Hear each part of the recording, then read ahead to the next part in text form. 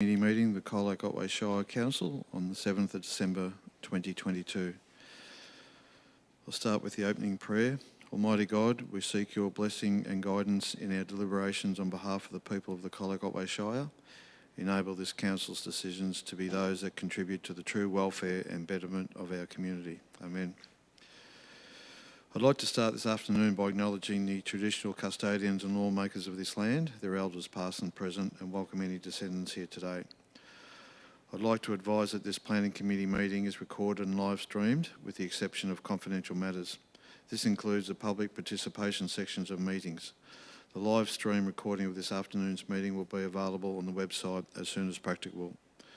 By participating in open planning committee meetings, individuals consent to the use and disclosure of the information they share at the meeting, including any personal and/or sensitive information.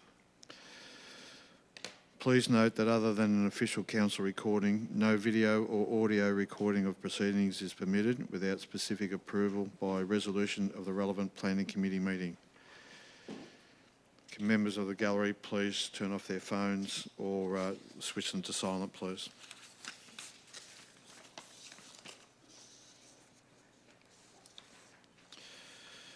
Are there any declarations of conflict of interest, please? Councillor Costin. Yes, I declare a conflict of interest in relation to item 8.3, 979 Coringamai Lake Road. It's a material conflict of interest, and this is because a member of my family has been assisting the applicant, and this may be perceived as gaining a benefit or suffering a loss, depending on the outcome of this matter. Thanks, Councillor Costin. Any others? No worries, thank you. Councillors, now move to the confirmations of minutes of the Planning Committee meeting held on the 12th of October 2022. Do I have a mover? Thanks, Councillor Hart. Do I have a seconder? Thanks, Councillor Hanson. Is it to be opposed? Councillors, all those in favour? Graham? Thank you, that's carried 6-0.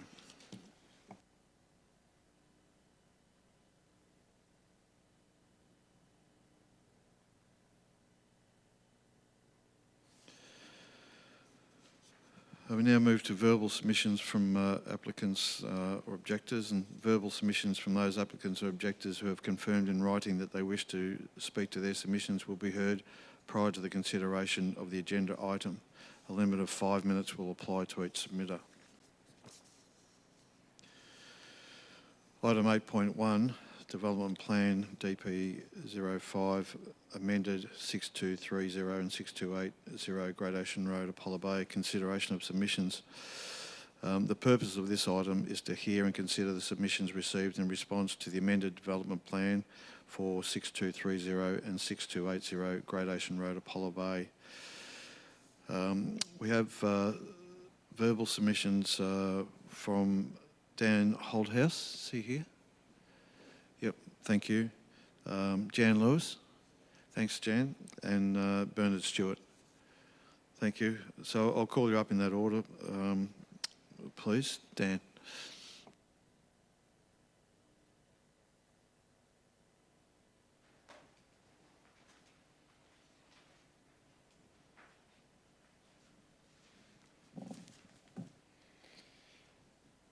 Thank you for your time. The submission that we presented, we are in the property 6232 Great Ocean Road, which adjoins the development, and it's we're in a rural zone.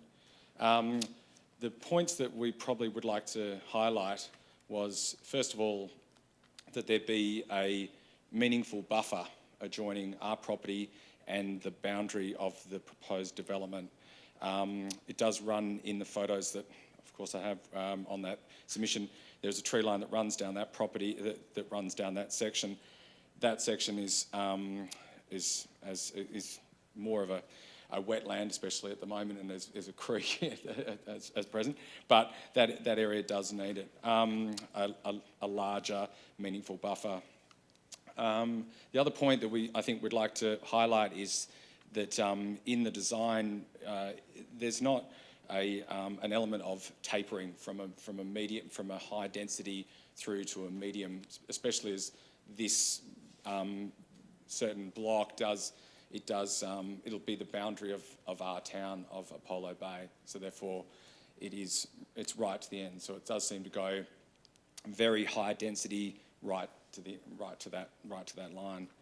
The other point is that we made in the original submission against it is in the road access for fire and fire buffering. I think that might have already been talked about, but it's along the back of the property, which runs through of the development, which runs through to Mariners Road in that regard. Next of all would be we've had a lot of recent, of course, of the rains, but flooding of the Great Ocean Road and a lot of water at times because we turn right onto that and heading into town. I've got extra photos, but that's that area has been underwater quite a bit this winter and is of concern in regards to how much water is coming off that section. In saying that property that adjoins us is, I know because it gets slashed and every year still hasn't been done. It's still wet. They still can't even get on that property. Probably closer to the Pisces end, the caravan park end, where it flattens out and it's a little bit more accessible. That probably could be done, but up that other end is quite a wetland, and it's still impossible to do that. The next point is that in the original submission that we made, is that our access is to Great Ocean Road, and it adjoins Wild Dog Creek, and that road that accesses that is actually has happened in the years that we've been there, has gone underwater. So we've had there's a second access there which we would like to maintain so that we can, if we need to get access in either a fire or a flood emergency, to be able to access that Great Ocean Road. And the other issue, I think, is one of, I suppose, our largest concern is in regards to the traffic management. There is, in the original plan that was submitted, there was access via another development that still hasn't gone ahead via the back of Pisces heading through to, I think it's known as Mariners View development, has now not gone ahead, stalled, and it's gone to it needs planning. I think it's stalled, but it is now on the market and has been for 6 months. So it means that predominantly every single house in this development has to access via one crossover onto Great Ocean Road. And having lived in there many years, trying to turn right onto Great Ocean Road, even in the off season, is challenging. And to have, I can't remember the complete number, but over 500 houses all trying to access that crossover and that road, I assume would result in widening of the Great Ocean Road. Would it need traffic lights? I'm not sure. I'm not an expert in that. But just from a layman's point of view, trying to get that sort of access, even at normal peak times, especially coming into the town, is going to be problematic, is how I can see. So they were the main points that we wanted to raise. Thank you. Are you happy to take questions if councillors have any? Yeah, Do we have sure. any questions? Councillor Costin? Thanks, Dan. Thanks for your submission. You raised some interesting points worthy of further consideration. Thank you. The first one you mentioned was about the buffer. You didn't say how wide you would like to see a buffer. Yeah, I wasn't sure of going into the details of the. I'm interested. Of the submission. I can't remember the exact. I was trying to find it. There was exact number. I did have it in there, but because we actually noticed that in the design that they put forward that we just asked for. There was one block that was on the edge, which was a 600 square metre block sitting on the edge And we looked at that one. If that was to be, one block was to be removed, then that would increase the buffer down that side of the property. But for an exact number, I'm not sure. So it'd be about 15 metres or something. I think it was, yeah. I think you're probably right. It said, and actually when they had the overlay, which was the defendable space, the defendable space actually went into our property. So when they were saying to have a buffer, you know, the defendable space around that final block or whatever it was on our boundary, they would have to be defending into our land to do that. And that would provide access to that fire buffer to the north, the high side. To the high side, sorry, to the high side. Yeah. Okay, thank you. Yeah, it would make a possible access. The only thing is that you would have to go further than what you're saying is your original if you wanted to be able to go right around. Because of it being such a wet area, it wouldn't be, I mean, even in summer, it wouldn't be accessible. You'd have to go further than what you're saying if you were to do a complete ring road around the property. Does that make sense? Yeah, it does. Perfect sense. Councillor Hart. Thank you for coming in today and speaking about your submission. I didn't quite understand what you were saying about the road at the back of the site. Were you saying that is not adequate or is adequate, and how it joins to Mariners Lookout Road, or is hoped to join to Mariners Lookout Road? It was considering making that road a continuous road that came through, because of it's tricky because it in the original it was to be shown as proposed going through the next development which hadn't actually been completed yet. So it was sort of, that's why it's so confusing for us, because it was kind of like it's next to a development that hasn't been done yet. And so it's hard to say. But that buffer, that road was meant to go, would be a complete defendable road on the back of all the properties to be able to go through. And the other thing I wasn't quite sure about, and that's probably because I'm not familiar with your block, you were talking about a second access. Does this proposal interfere with a second access to your property? Were you talking about a second access to your property, or? Yeah, it's not. There is where we are. If you cross over if you turn right into our block, our driveway, which is the first road, there is a second access slightly further along, which, because this development is, how can I explain, is two parts. So it's one large parcel, and then there is one small parcel that has its own access. So that access there, from my understanding, they were never able to use, or that second access was not to be a part of the proposal. It was only meant to be the one access further on. But that would give us, that access has been able to go through to get to our property if in times past. But it's not our legal access, I suppose. If I can, Mayor, Does that make sense? can I ask, are the planners aware of this, or if not, perhaps would you be able to indicate, perhaps after the meeting, exactly what you're talking about? Because I'm sorry, I'm a bit lost on. Yeah. So maybe it might not get sorted out right this minute, but if you're able to indicate to the. If I can just, if I can be as. I'll just show you that one photo. That would make it very clear.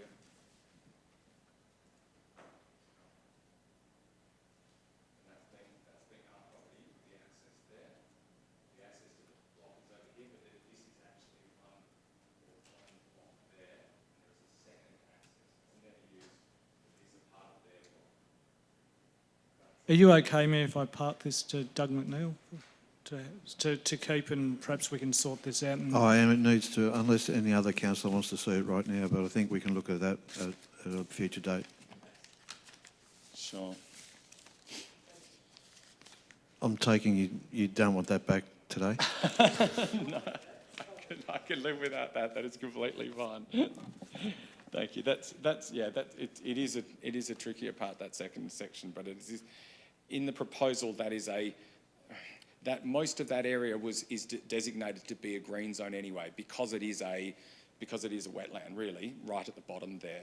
So there was only meant to be, of that block that is a separate block, which is 5 acres, I think, of that 5 acres or maybe 8 acres, is that they do have a crossover that comes with that block, I suppose.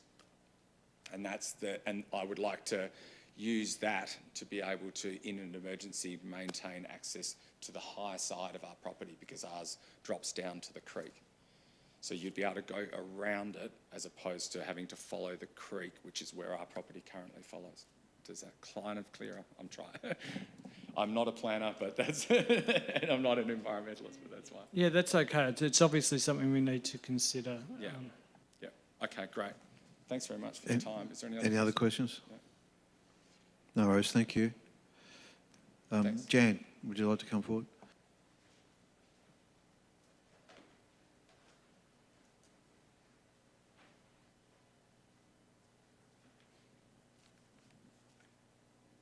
Press this door. Oh, it's on. Oh, right. Thank you for the opportunity to address the submissions as you consider the development plan for 6230, 6280 Great Ocean Road. I'm speaking for the Apollo Bay and District Historical Society. The development surrounds two boundaries of the Shire's property at 6250. The Society occupies the property for the purpose of running the Apollo Bay Museum. I noted that in giving its reasons for supporting Council's refusal to approve the plan 2 years ago, VCAT noted the unique character and significant environmental issues of the siting of this land.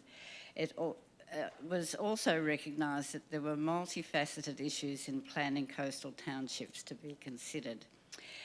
There is no doubt that a development of this site will have a considerable impact visually, environmentally, and to traffic on this entry point to Apollo Bay.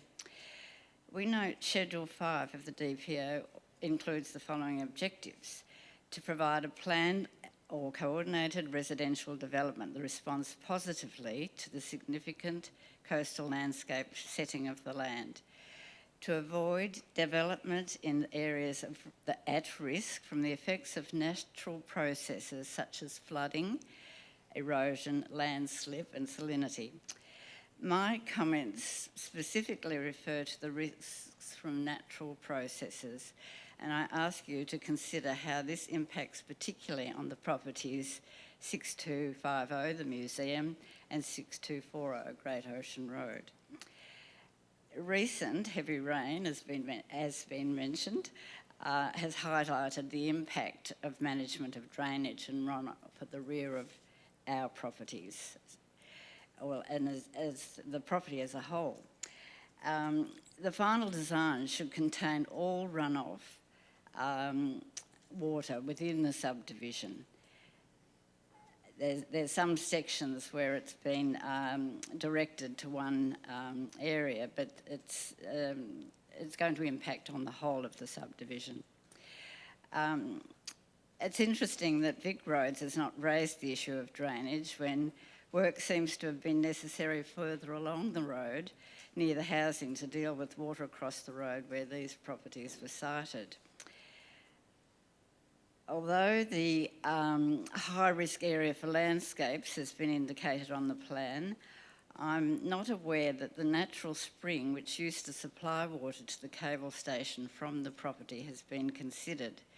We have documentation at the museum recording the access to the spring was required by the Commonwealth when they operated the cable station. It would be important to know how this impacts on the proposed mitigation measures for landslips. Another point we raise is the proposed vehicle access to the new subdivision off the Great Ocean Road. As it is near 6240 and 6250 access, we suggest that the car speed limit for safety is lowered to 60 kilometres per hour there. That would also be a safety factor when you would expect increased pedestrian access to the foreshore from the development. Finally, as some points raised are governed by the staging of the development, it's important to understand the timing. how and when the landslip and drainage infrastructure construction and maintenance as shown in stages 2 and 3 of the plans will take place. What parts of these and when becomes part of, will this become part of Shire maintenance? Also, assuming that the water and sewerage will be part of the infrastructure master plan, we would like to ensure that the connection includes both properties 6240 and 6250 Great Ocean Road. Thank you. Thanks, Jan. Do we have any questions? No questions, thank you. Bernard, would you like to come forward?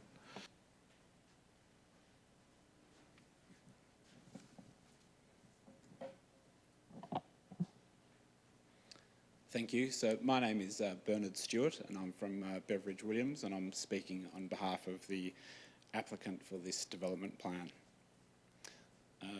So I'd like to firstly thank officers for their report and for consideration of this report.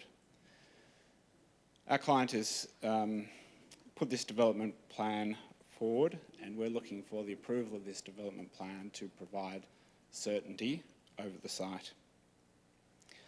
The owners are very keen to move on to the next phase, which will be looking to submit and ultimately gain approval for a planning permit. Some of the details that people have spoken about already today get down to that detailed design, and in terms of that process, we have this development plan process, which will be followed by the planning permit process. So some of the nitty-gritty will be dealt with at another stage of approval through council. So this development plan has been presented to council previously, and that matter ended up going to VCAT because council refused that particular development plan. So VCAT was generally supportive of the development plan as it stood, and I'll just note from the VCAT report, and it said, we consider that the issues of access, fire risk, landscape, biodiversity and drainage have been suitably investigated and can be managed appropriately in the manner depicted in the development plan. So the two main things that VCAT pointed out in terms of that they weren't satisfied with the development plan were essentially the setback of the subdivision from the Great Ocean Road, and also looking at the diversity of the lots being proposed. So this most recent plan that we've submitted increases that setback from Great Ocean Road from what was about 20 metres to 50 metres. And also we've changed that lot mix, and especially in that front where most of those dwellings that are facing onto the Great Ocean Road now sort of average, go between about over 1,000 square metres to a minimum of 700 square metres. So there's a lot larger lots in that interface. So we feel that we've addressed those matters that were raised in that VCAT hearing. This development and the neighbouring development will be a real boost for housing supply in Apollo Bay, and is a great outcome for Apollo Bay and the region. I guess we request that, that this matter is then put forward to council and that the development plan is approved in its current format. Thank you. Thank you. Do councillors have any questions? Councillor Hart. Thank you for your submission or talking to your application today. In relation to the access, there's a proposed access indicated via going through the estate to Mariner's Lookout Road. But I see that the staging, that appears to be, that won't be done until stage 4. Is that correct? Yes, that's the current plan, yes. In which case that would mean, I think there was 144 odd lots. Correct. And there's about, I quickly counted them, 30 plus a little bit, somewhere around the 30 mark for stage 4. So you're proposing that 110 lots would be just on that one access before you'd have any second access? Correct. And is it your proposal that stage 4 can proceed even if the development next door is not done, and therefore that you could potentially be running 144 lots on one access? I haven't got the nitty-gritty of the traffic report in terms of what that says about the timing. The planning permit will be able to control timing, and sometimes with these sort of developments where you have a development happening that's happening in conjunction with a neighbouring development where there might be some cross-through streets, it's typical that you might have a planning permit that says, okay, you can develop 3 stages of this lot, of this particular development, and should access come through an adjoining property at that time, you can develop a stage 4. So there are mechanisms that can come in through the planning permit that will allow for control of which stages get built as to, and maybe some sort of a lot cap. And I guess that would be via the advice from the traffic engineers as to what sort of lot cap there might be in terms of using that one access as to when that access to the adjoining properties would be required. Thanks for that.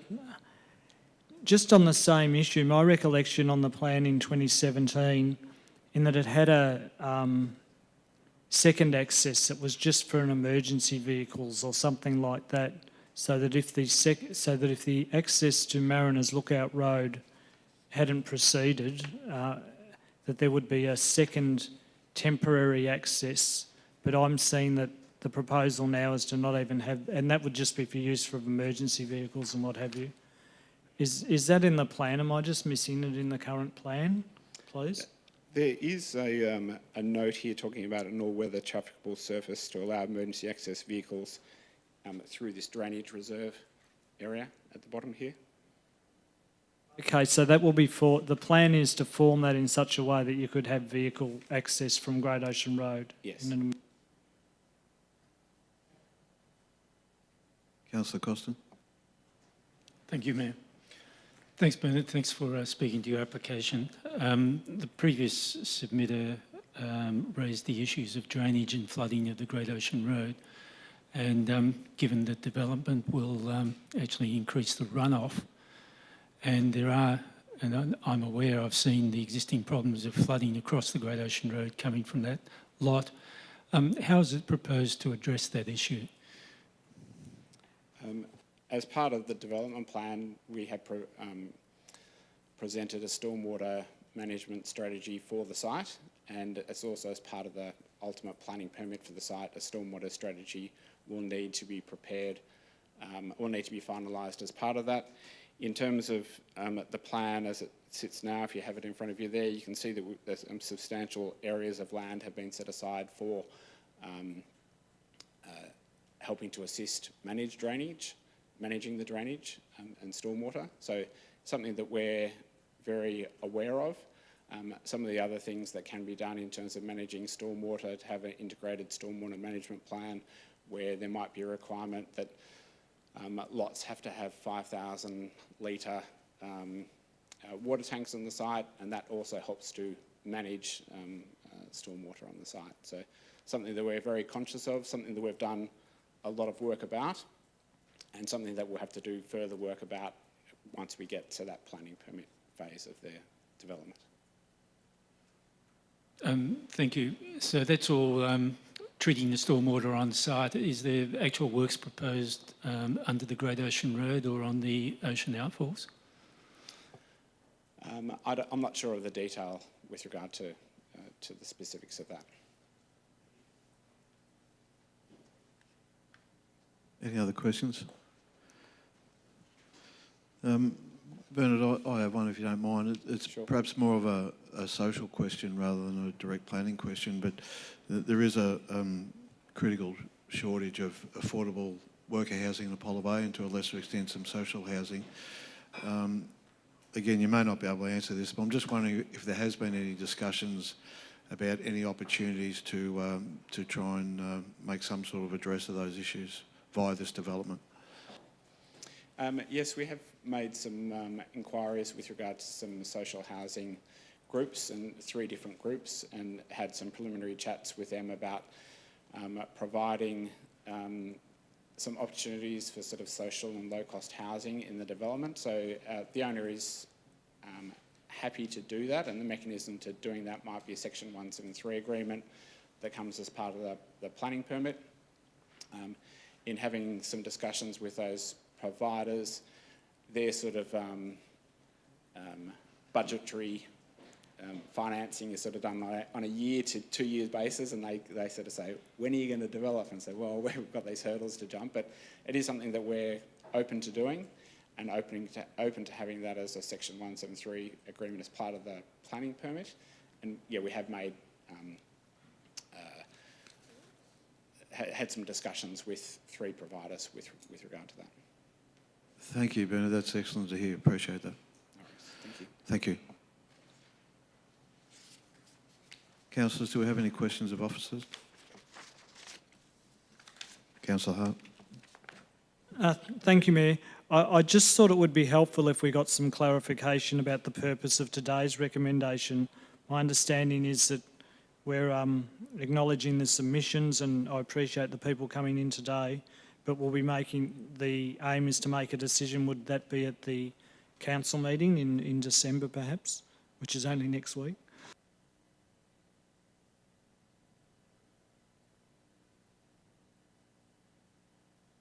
Through you, Mayor, the intention of today is simply for councillors to hear the views of the submitters and the applicant, and the intention then would be a separate report is put to council, and we're yet to confirm the timing of that. But the intention would be at a council meeting, you'll then get a detailed report with the officer's assessment of the proposal, and you would then make a decision at that time. Thanks, Mayor. I guess that December, which is a week away, is not when it will be coming to us, because there's obviously some things to consider. On the 8th of March 2017, the Planning Department, or the Planning Committee, refused a development plan, and that went to VCAT in 2018, and VCAT upheld councillor's decision. But my recollection is that VCAT provided a whole lot of comments, and some of them have sort of been touched on today. When you bring a report to us, to the council, will it draw on relevant comments from VCAT and point out how those matters have or have not been addressed?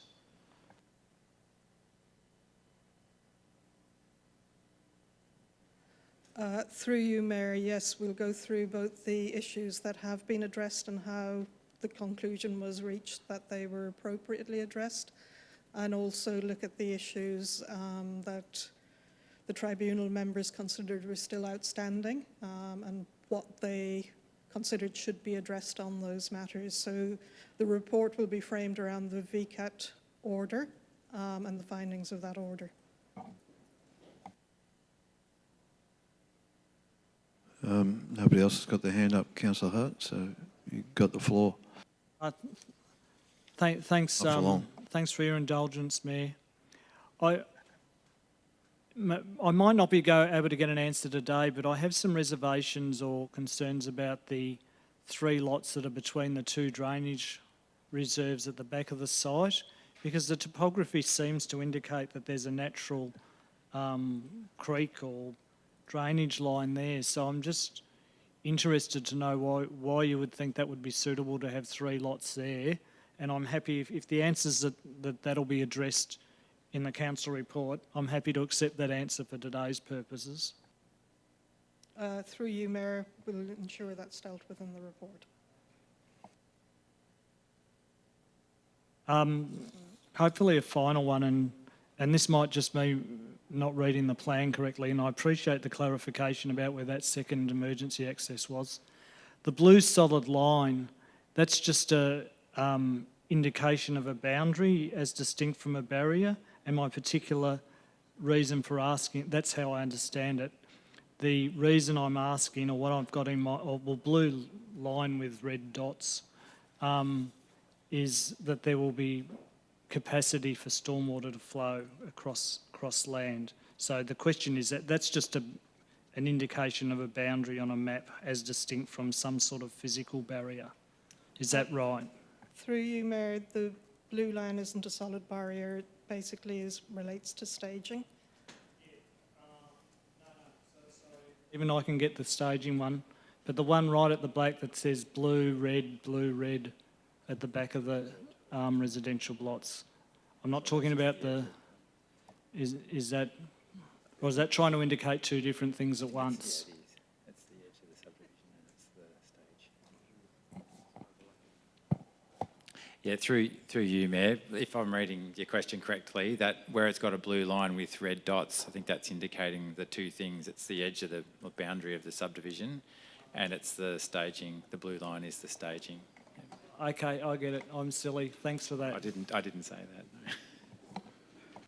Any other questions? Councillors, the officers have provided a recommendation with a report for our consideration. Does any councillor wish to move a motion in relation to this? Councillor Hart? I'm prepared to move the recommendation. Thank you. Is to be seconded? Councillor Costin? Is to be opposed? Thanks, councillors. Councillor Hart, do you wish to speak? Yes, thank you, Mayor. First of all, I would like to thank the people who have made submissions both in writing and who have come to council today to speak to their various submissions on this matter. I think it's important to just note what we're here today for, obviously to listen to the submitters.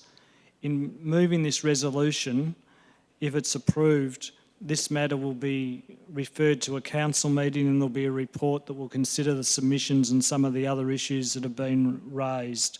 So in effect, this recommendation today is just to acknowledge the submissions, which is important, of course, and refer the matter to council. We're not making a decision on approving or not approving the plan today.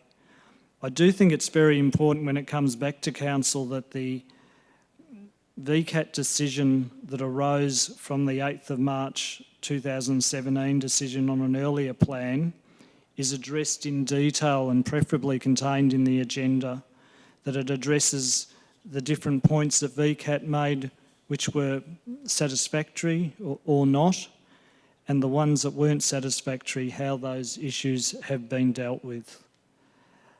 So I guess that's, yeah, I've written a whole lot of other notes, but I think I probably don't need to say those things because I've had some satisfactory answers to some questions and I look forward to seeing that report. Thanks, Councillor Hart. Councillor Costin? Thank you, Mayor. I'd just like to thank our three submitters today. It's an important part of the process of decision making that we listen to those who are impacted one way or another by a future council decision before we actually make that decision. So thank you for coming along and making your points. Thank you. Thank you. Any other councillor? All right, thanks, councillors. I'll put the motion to a vote. All those in favour? Thank you. The motion is carried 6-0.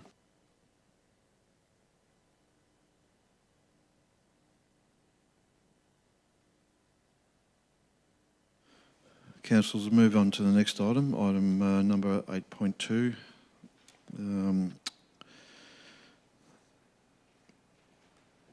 The use and development of land for a dwelling, PP 223/2022-1, 1140 Irrawilpy Road, Barongarook West, use and development of land for a dwelling. The purpose of this item is to consider a planning application for the use and development of land for a dwelling at this address. We have no objectors present. We have applicant Dean Suckling. Is Dean here? Thank you, Dean. Would you like to step forward?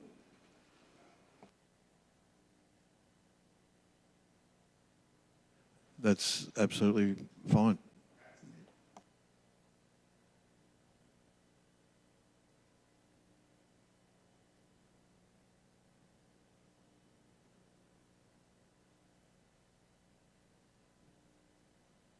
Someone will help you, Eva. Thank you. Thank you for giving us the opportunity to speak today on behalf of this application. So I'm basically here to talk today about why we want to build on our block. So we purchased our dream block on Irrawilpy Road 15 years ago. So that was way back in 2007, and it was around about the same time when the rules changed around building on rural zoned land. So our goal at the time was to build a home high on the hill, enjoy the spectacular views across the west, and to raise some calves. But our life had other plans, and our little family of 3 at the time ended up growing into a family of 6, which that put our building plans on hold, but not our plan of raising cattle. So over the last 15 years, we've bought, sold, bucket reared and bred more cattle than I could count. All of them have had names. We've purchased and sold most of them through the local regional Colac area sale yards. We regularly purchase hay from local farmers, grain, milk powder and farm supplies from the co-op and other local rural supplies businesses, and medicines from the local vets. We employ local contractors to spray weeds, cart water, build fences and complete earthworks. We have a local stock agent, Paul Kerr, who provides us with support to sell our cattle and hires us a bull when required. Living our farming dream has hopefully helped to support the dreams of others in our rural community, and it is our goal to continue to do so for many years to come. The highlight of our journey so far is that we've been privileged to be able to introduce the world of farming to our 4 children. They've seen calves be born, helped to feed them, drench them and care for them when they're sick. I hope we've passed on a love of farming and of the land to the next generation, and maybe this will inspire them to seek a career in agriculture for themselves in the future. As our family has grown along with our little herd of cattle, taking care of our farm from a home base that's 15 kilometres away has become more difficult to do. Older kids means more after-school sport commitments, making it harder to find the time to be driving in and out and checking on our livestock every day.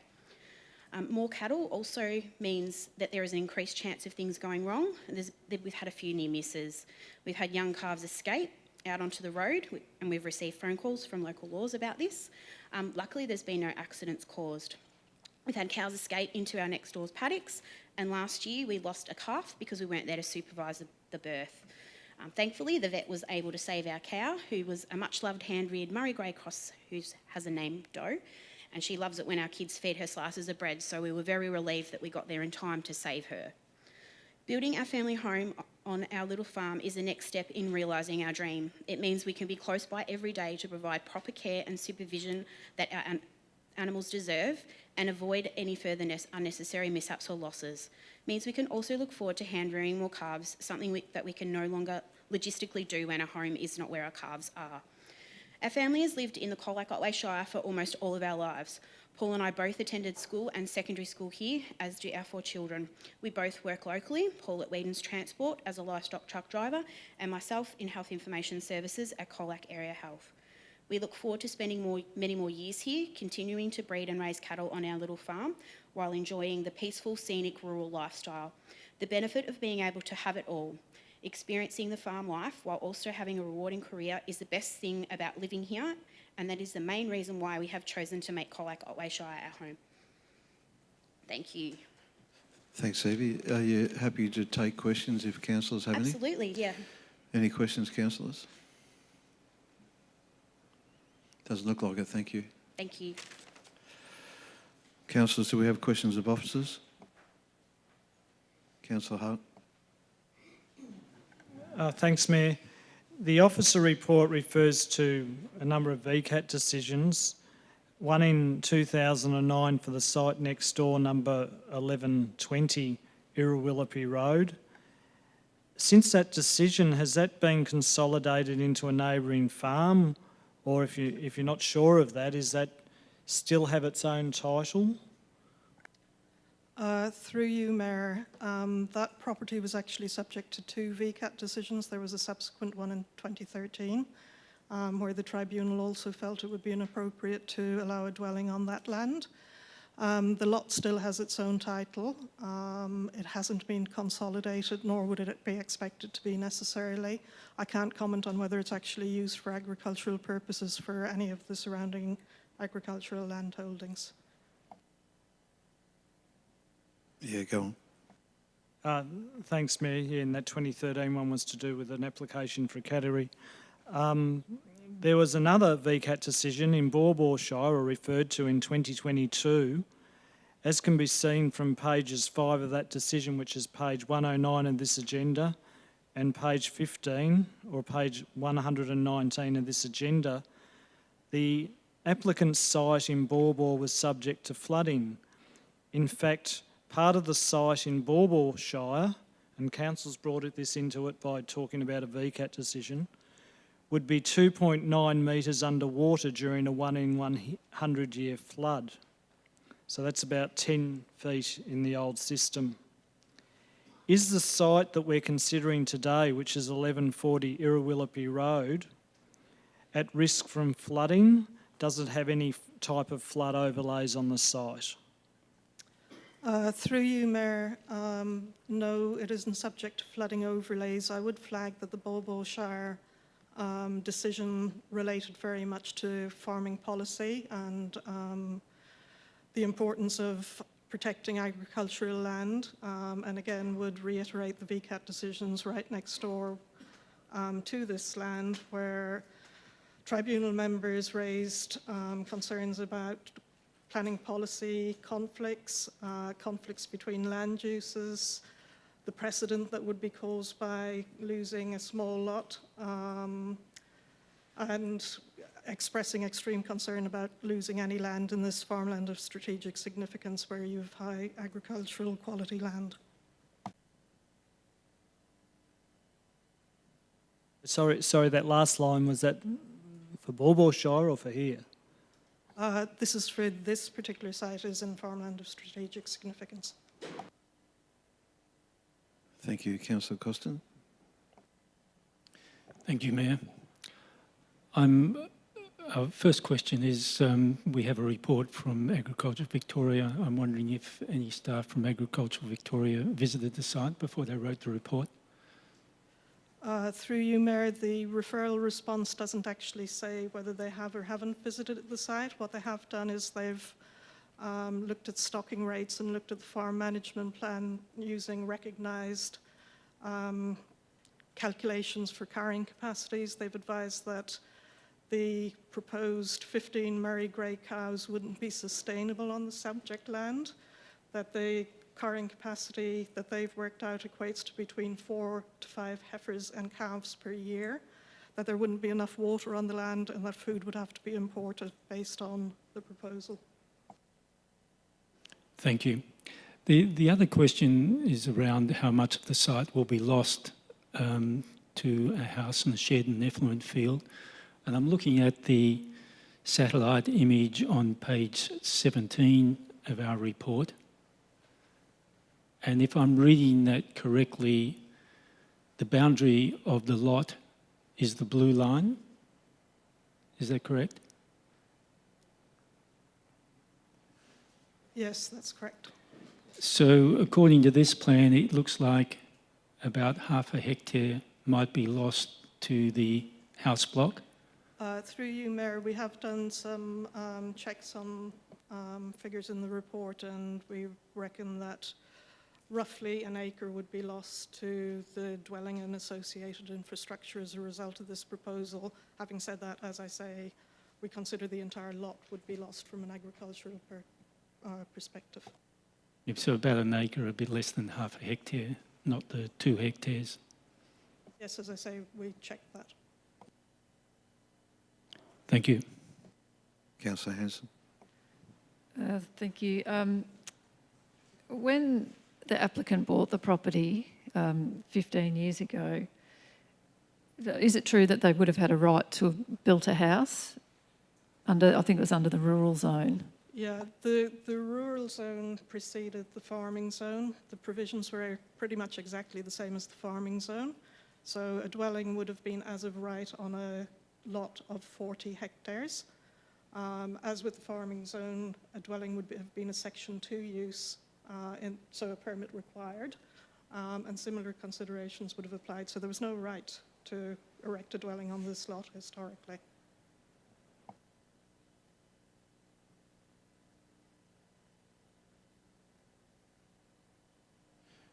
Any other questions? You're deep in thought there, Councillor Hanson.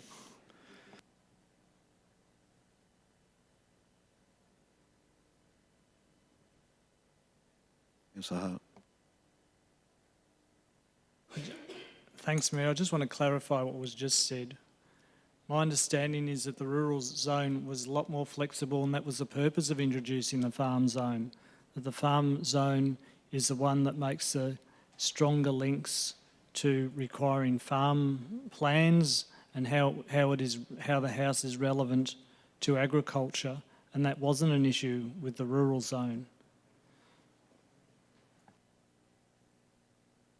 I'll hand over to Mr McNeil in a second. I have looked up the rural zone because I wasn't actually working here at the time the rural zone was in force, so I've looked up the permit triggers, which, as I say, are identical in terms of the farming zone.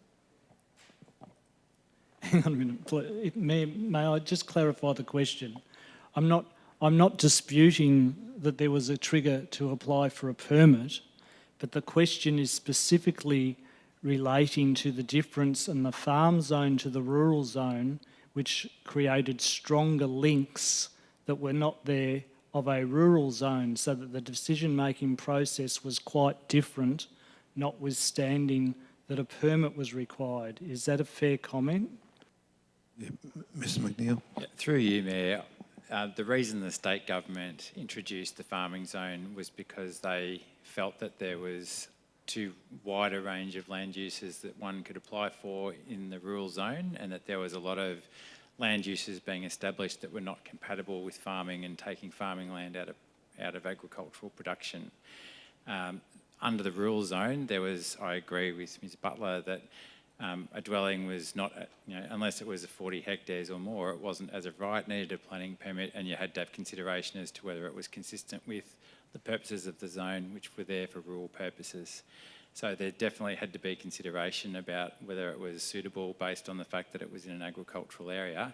The farming zone did tighten up the purposes and decision guidelines to make it a bit more of a higher emphasis on farming as the preeminent land use, and looking to discourage other land uses which weren't compatible with the maintenance of the land for agriculture. So it was providing a clearer objective for decision making, but I don't think the change in zone changed the fact that you still had to consider under the rural zone the fact that a dwelling was appropriate in an agricultural zone. Go on, Councillor Hart. Don't lose your question, Councillor Hanson. Thanks for that comment. I think the key point that the farm zone tightened up compared to the rural zone. So how did the farm zone come to be introduced into Colac Otway Shire? I recall that was in November 2006. Was that a state government zone for zone transfer? Is that a correct understanding? That's correct. Through you, Mayor. The state government introduced the zones as a translation that occurred at a timing that was done in liaison with council, but initiated by the state government. Councillor Hanson. Yeah, I think Councillor Hart's actually helped flesh out, I think, why I sat here not remembering what my question was, because so just to make it clear that when the applicant bought the property, there was still that requirement, for the 40 hectares. It hasn't been introduced prior to the purchase of the land. Thank you. Any other questions? Yeah, go on. Another question, and you might not know this, but there do seem to be a few small acreages around this area. Do you know how that came about, like those small acres being carved up? I mean, it is a hard question. I know I should have asked it, given you notice.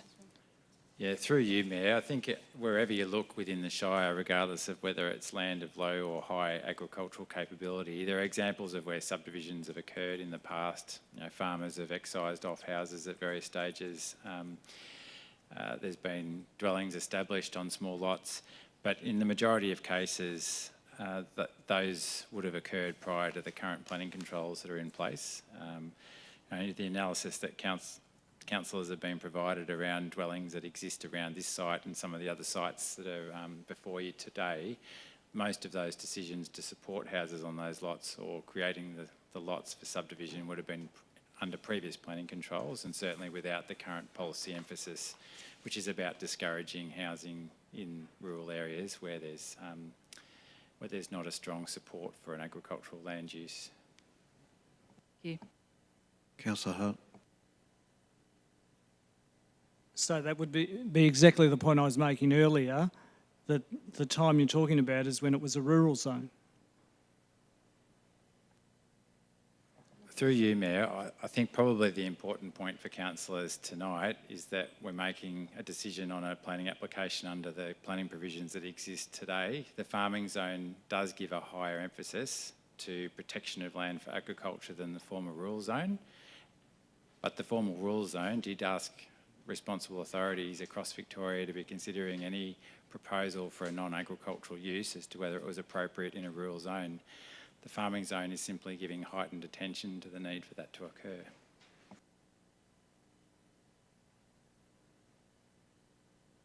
Any other questions? As councillors, officers have provided a recommendation for the report for our consideration. Does any councillor wish to move a motion in relation to this matter? Sorry, Councillor Costin, go ahead. Thank you, Mayor. I'd like to move the alternate motion, which is shown on page 152, and that is to approve the application with conditions.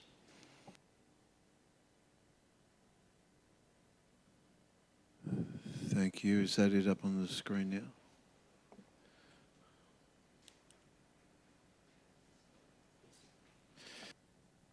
Thank you, councillors.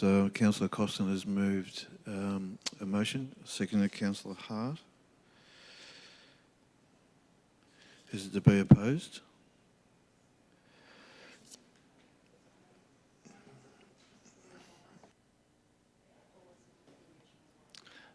Sorry, the revised one. Thank you.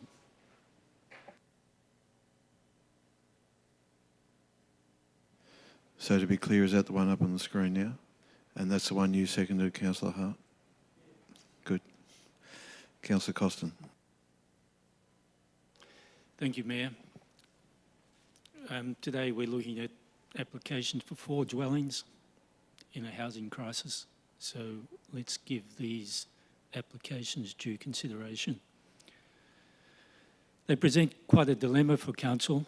On one hand, we're trying to protect the economic potential of high quality farmland by applying the planning rules and land strategy we prepared in 2007 and the rural living strategy 2011. And those clauses in the planning scheme and the strategies have done a great job in stopping the subdivision of large farm blocks into smaller farm blocks.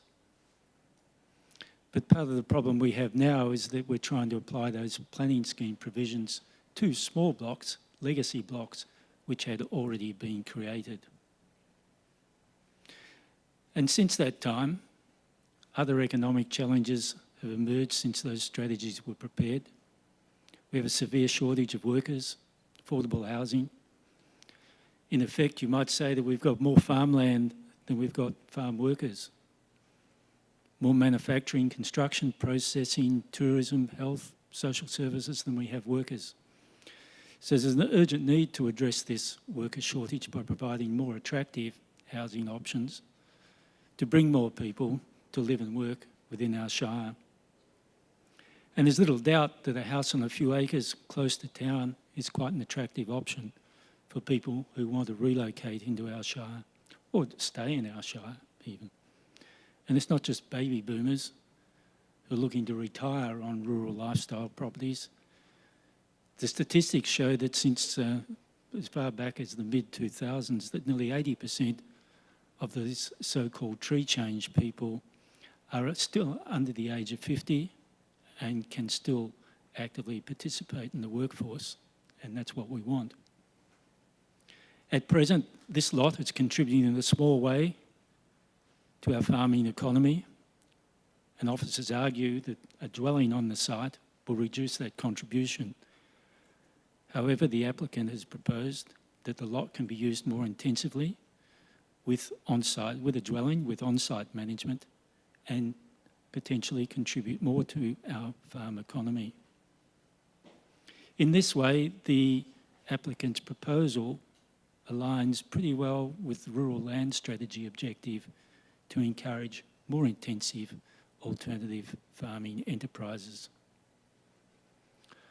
Officers also say a dwelling will limit the operation and expansion of adjoining and surrounding farms, but there seems to be nothing substantive in the report to show how a dwelling on this bit of land would impact on the operation of surrounding properties. And as for the expansion of adjoining farms and putting aside larger farms across the road for obvious reasons, I hope, there seems only one adjoining property that might be interested in acquiring this small lot. However, I doubt the owners of that larger lot would be interested in buying at the current market value. So our report, officer report also says the applicant has not demonstrated that the dwelling will not lead to a concentration or proliferation of dwellings in the area, but it seems this lot is already a small Crown allotment situated in a pocket of other small Crown allotments, and some already have dwellings. So perhaps our rural living strategy should recognise that this small rural living area in this location and allow dwellings on the smaller lots to attract more workers to our shire. At present, it seems that our current approach, our rural living strategy, is more of an obstacle to rural living rather than an enabler.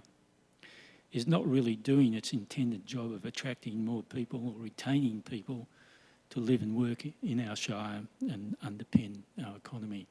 Thank you. Thanks, Councillor Constant. Councillor Hart.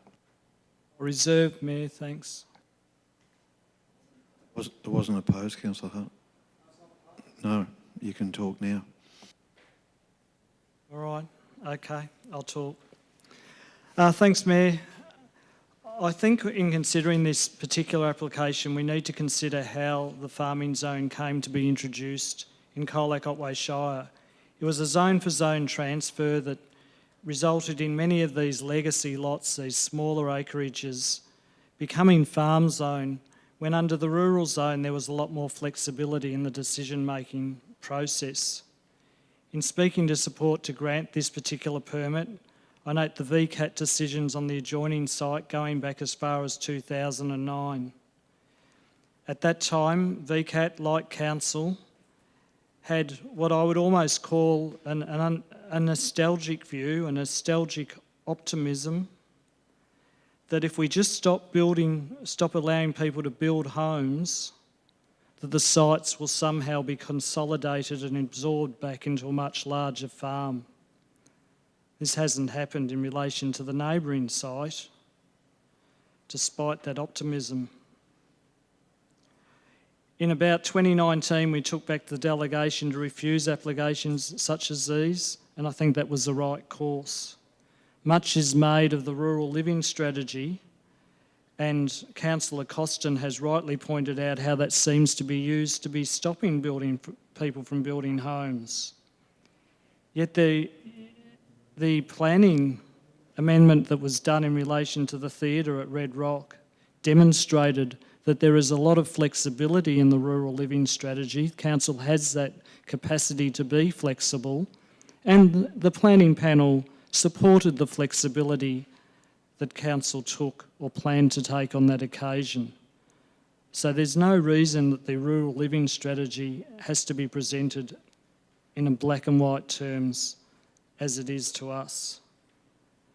I'd like to thank the applicant for providing the farm plan as part of their application. I understand you were told to provide it, but I don't think you should be required to provide it. I think it's up to land owners to determine whether or not their farming operation is viable, not council. So I support the granting of this permit, but I really think the planning scheme needs to be fixed in relation to the farm zone applied to these smaller lots, and I have raised that many times in the last few, probably 4 or 5 years or more. Thank you, Councillor Hart. Any other councillor would like to speak? Councillor Hanson. Yes, I'd just like to make a few points. Firstly, I think housing applications in the farming zone are probably becoming our most contentious planning matter. But I just want to speak briefly about the farm zone. Land in the farm zone is primarily for farming and agricultural activities, and council does have a responsibility to look after our agricultural areas for the current generation and for generations in the future. Particularly as our climate changes, it is becoming increasingly important to protect our farmland. And Colac Otway Shire has some of the most productive agricultural land in the country.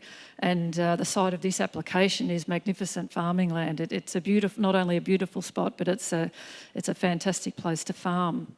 We need to consider carefully all the applications for housing in the farm zones.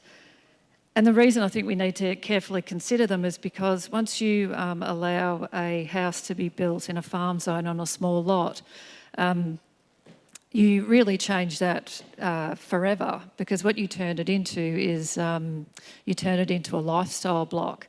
And lifestyle blocks are becoming increasingly popular. We live within a 2-hour drive of Melbourne. There's high demand for them, and they're becoming increasingly popular in farming zones. And we have to protect the rights of people to farm in the farming zone. And I think once you start proliferating that farming zone with housing, then you end up in a situation where you're sort of getting a conflict of land use. And I have no doubt that the current applicants have every intention to do what they say they will with the land, which is great. I'm sure they will. But I do have to make the point that there have been a number of these applications very similar to today's, approved in this chamber only to have those farms. And we've had very emotional applicants making applications, getting their permit to build a house, and councillors finding that within weeks of the permit being approved, that those blocks have ended up straight on the market. So councillors, I guess you could say, have probably been duped a little bit, but I don't think that's the case here. But it's hard for councillors. We've got to decide who's telling us that, oh, well, things can change, but, I guess you're deciding whether what you're hearing is real. I will just make the point that I don't think approving houses in farming zones really goes any way to dealing with a housing crisis. I actually think it's, my opinion is that's pretty laughable, because really what happens with these places is that in this situation, yes, if the applicant moves up there, their house, in Colac might end up on the market or available to rent.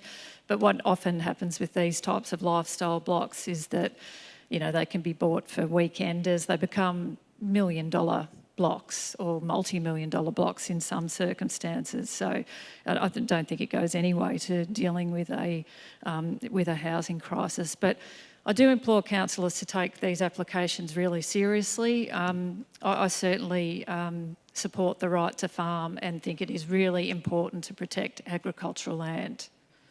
And don't think about today, because it's not about the applicants today, it's about the future and the carve-up of farming land, and particularly farmland of strategic significance. Thanks, Councillor Hanson. Anybody else? Councillor Bell.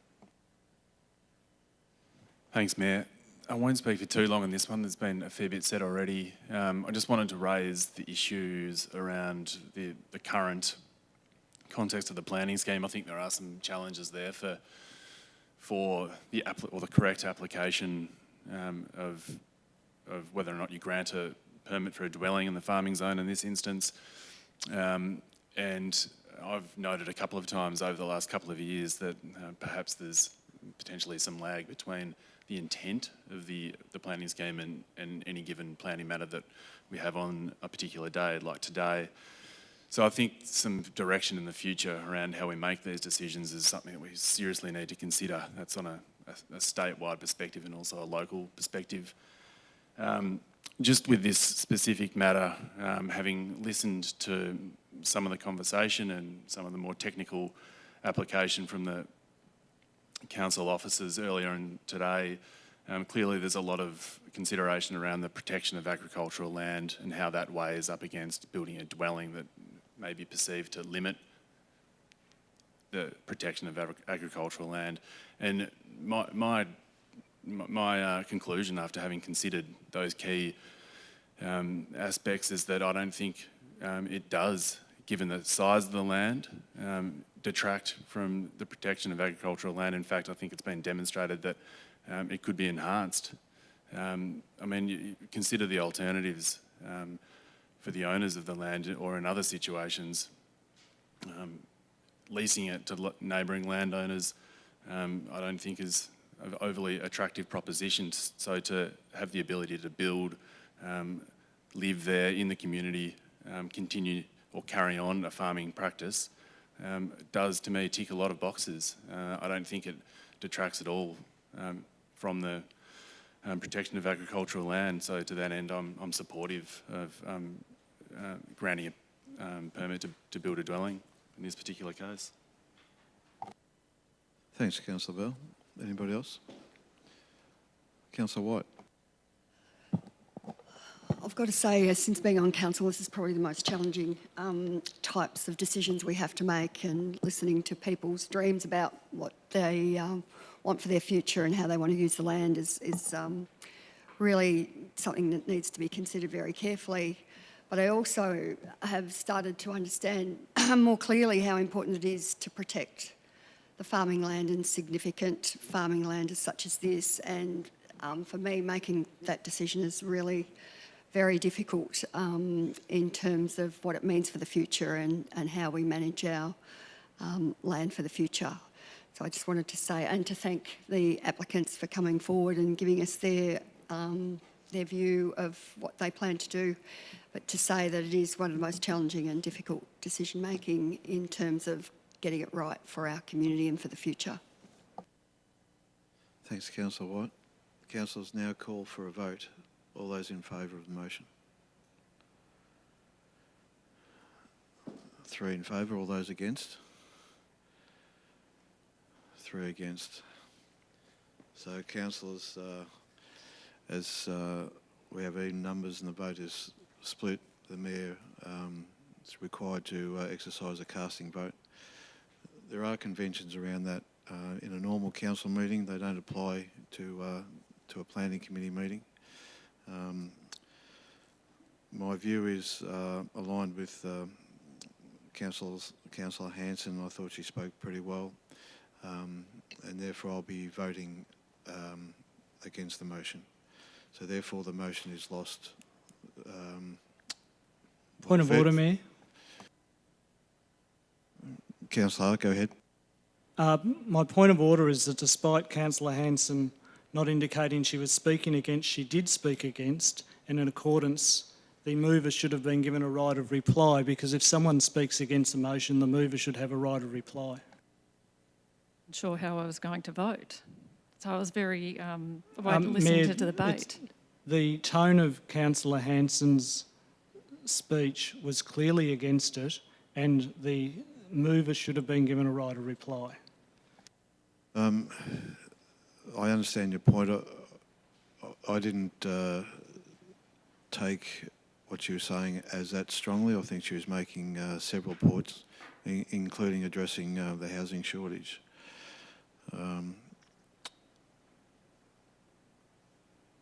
So I'll allow the vote to stand as it is, in which case the motion is lost.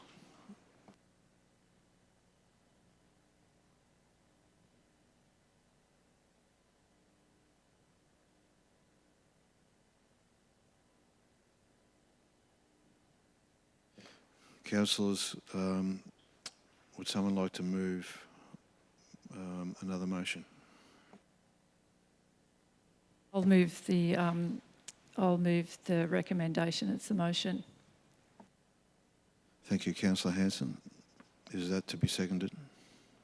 Councillor White, is to be opposed? Councillor Hart, thank you. Councillor Hanson, are you moving the officer's recommendation? Yes, that's right. Thank you.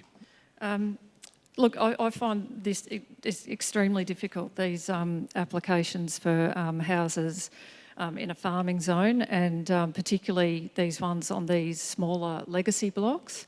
But what I fear is that as more and more of these permits are granted, or that, you know, it looks like council will just, you know, grant permits in these farming zones, that we open up a can of worms for the proliferation of houses in a zone that is really set up for agriculture. And I have no doubt that the applicant plans to farm on the land, but we've also got to think about the future and what happens when this applicant puts their house on the market eventually, which will happen eventually, and the fact that it is more likely to be purchased by lifestyle blocks, and then you get that sort of clash between the competing interests of farming and lifestyle, and, you know, an almost sort of semi-residential. I think what council really needs to have a good think about is where there's no doubt that there is demand for these lifestyle blocks, and that we need to have a really good think about and have a discussion about the strategy for areas where these lifestyle blocks should be encouraged or more suited. So I very much, although it's really difficult, I guess my first, or what I really am, why I'm voting against it is really that protection of that farming zone. And I also just might make the point then that also that when the land was purchased, that the 40 hectare, as discussed with officers, the 40 hectare minimum size to build a house was in place at that time. I think it's really hard when zones change around you after you've bought something. Thanks, Councillor Hanson. Councillor White? Sorry, reserving. Yeah, Councillor Hart, please. First, I'm just going to add to what I've said already. You can basically play that on repeat. That the problem is that there's land in the farm zone that resulted from this zone for zone transfer that arguably shouldn't be or doesn't reflect the reality of the particular site. There's a petrol station on land zone farm on the east of Colac. It's hardly a farm, hardly an appropriate zone. So there is quite a difference between farmland and farm zone in many cases. I'm not saying in all cases. Of course there's many farms, functioning farms that are appropriately zoned farm zone. But unfortunately, because Colac Otway's planning scheme is broken in this respect, in respect of these smaller lots, there are many lots that are zoned farm, even though they have never been functioning farms in, and by that I mean a full-size farm. I don't mean to be disrespectful to the smaller scale farms, but never been full-scale commercial farms in recent years. But I want to draw attention to another thing, Mr Mayor. I think you need to read clause 29 of the governance rules. I've been a councillor for 16 years and never in my experience has a mayor denied a person the right of reply when someone has raised matters at in relation to a particular debate. If you read 29, and I encourage you to do it, the councillor did not have to say they were speaking against it to generate a right of reply.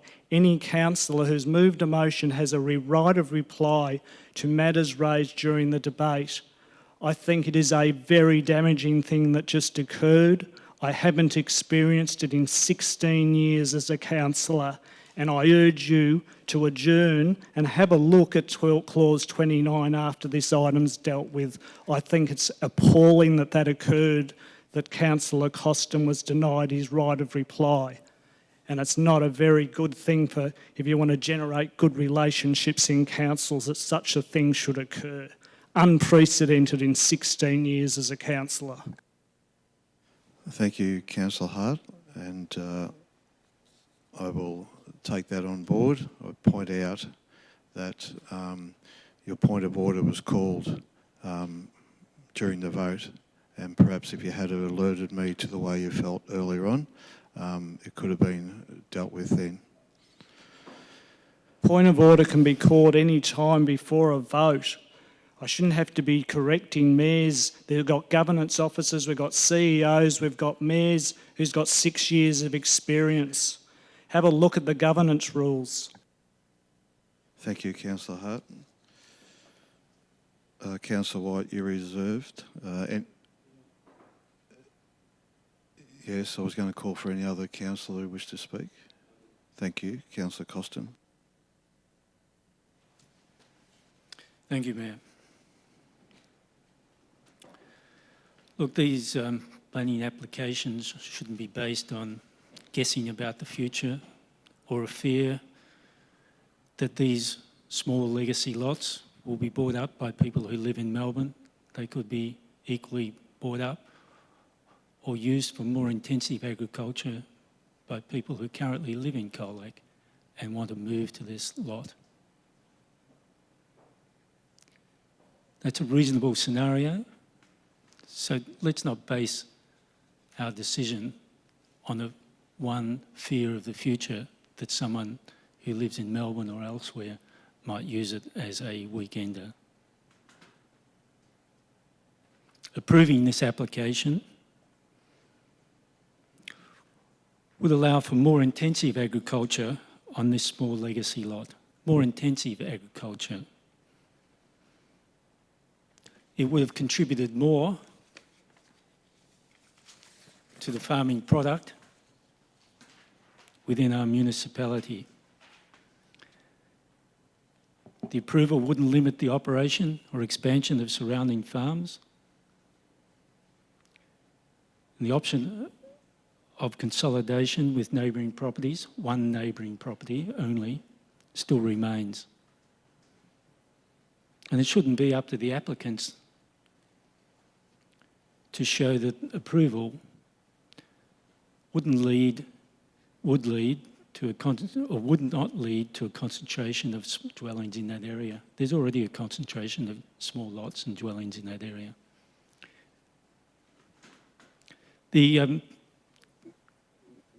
Really, we have to look at what's the highest economic use of this piece of land, and we have a proposal to increase its economic contribution.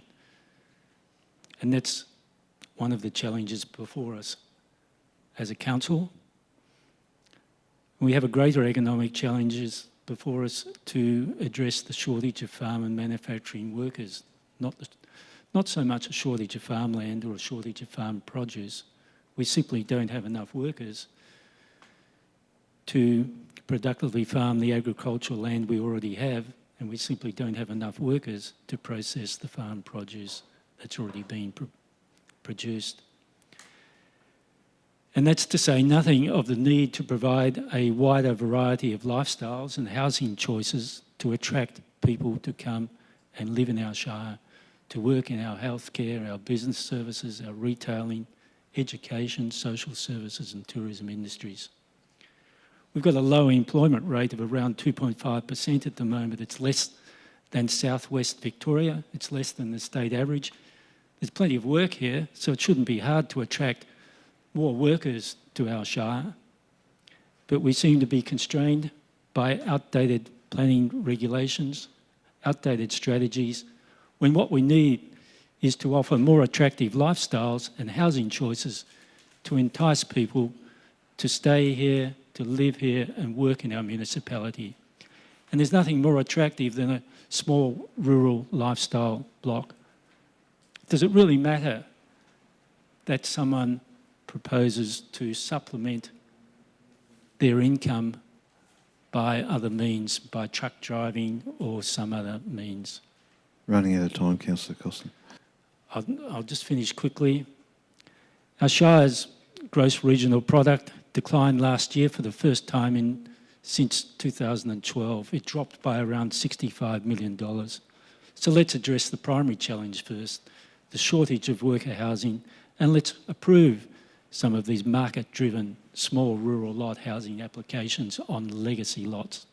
Thank you. Thanks, Councillor Costin. Councillor Bell. Thanks, Mayor. Just quickly, it's a good opportunity just to quickly reflect. I understand this is a pretty important issue, but sometimes language and tone can go a fair way to managing successful outcomes. Back to this matter, I'm not going to speak for much longer, but I just wanted to make the point. This particular property has been in the hands of the owners for, I believe, 15 years or thereabouts. There's been a plan, there's been a bit of a dream. Conversely, that piece of land hasn't had a huge impact on the broader community. And to be honest, if there's a dwelling built, I don't think it's going to have an overall impact on the community either, or the farming community. So I think there's a negligible impact to the broader community if there's a dwelling granted, although the applicant has a considerable amount to lose if it's not. And I think that's pretty relevant. Thanks, Councillor Bell. Anybody else? Councillor White, you're reserved. Briefly to say that all the arguments are very compelling and everyone's made some really good points, but I think we've got to come back to the primary principle and fundamental principle of the policy that says we've got to identify and retain farmland of significance, and I think the report put to us clearly demonstrates that, and the fact that VCAT decisions in the past have not supported applications such as these. Every case as a one-off seems reasonable and has some really strong reasons to grant a permit, but it's that incremental, I think, in my reflection of how we have considered these decisions over the past, one-off on its own seems okay, but it's the incremental creep that starts to impose and change the use of the land and the importance of the significance of retaining farmland of significance. So I think that's what influenced my thoughts around this particular decision. Thanks, Councillor White. Councillor Hanson. Yeah, just to finish off, I think from the debate that we've had here today, you can see that it's a really vexed issue, the issue of houses on small lots in farming zones, and I guess that's sort of why some of the rules around have sort of been brought in, is to protect that farming zone. And you are talking about future generations. I know some councillors around here feel very strongly about the impacts of climate change. I don't think it's ever been more important to protect our farming areas. I think we've got other areas where we can certainly make inroads into the housing situation. It's probably not going to be on expensive houses on farming zones, although, as I've said, there is high demand for these lifestyle blocks. There's no doubt about it, and that's potentially why we've seen some of the permits that we've issued in this chamber have ended up on the market so quickly. Maybe it's sort of to realise that that sort of high demand and high cost of or high value of those properties. But the main reason why I'm not supporting this application today is really around supporting that right to farm, that and the farmland of strategic significance for farming for generations to come. Thank you. Councillors, I'll now call for a vote. All those in favour? Against? Thank you. The vote is tied at 3-4, 3 against. That now falls back onto the Mayor to use his casting vote, and I'll support the motion. So therefore the motion... Division? Yeah, thank you. Therefore the motion is carried 4-3. Division is called. All those in favour? Oh, nearly Councillor Hart. Councillor White, Councillor Hanson, Councillor Potter. Those against? Councillor Costin, Councillor Hart and Councillor Bell. And noting that Councillor Potter used a casting vote. Thanks, councillors.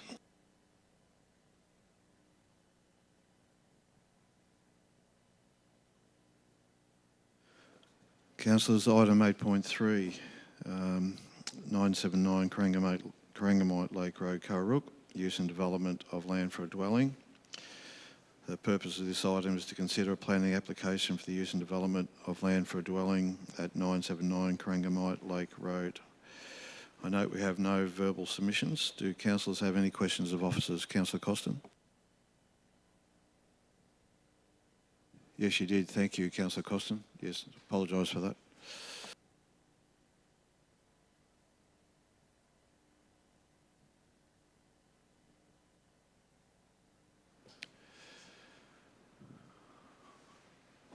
Councillor Costin has left the room under a conflict of interest. Do councillors have questions of officers?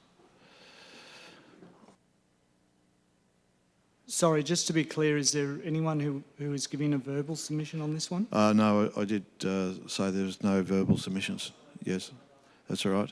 You got questions? Then I do have a question of officers. Oh, sorry. Oh. We do have a verbal submitter. The applicant, he's here. Thank you. Do you want to step forward, please? Yeah, I'm Neil Cook, the owner of the 979 Lake Corangamite Road.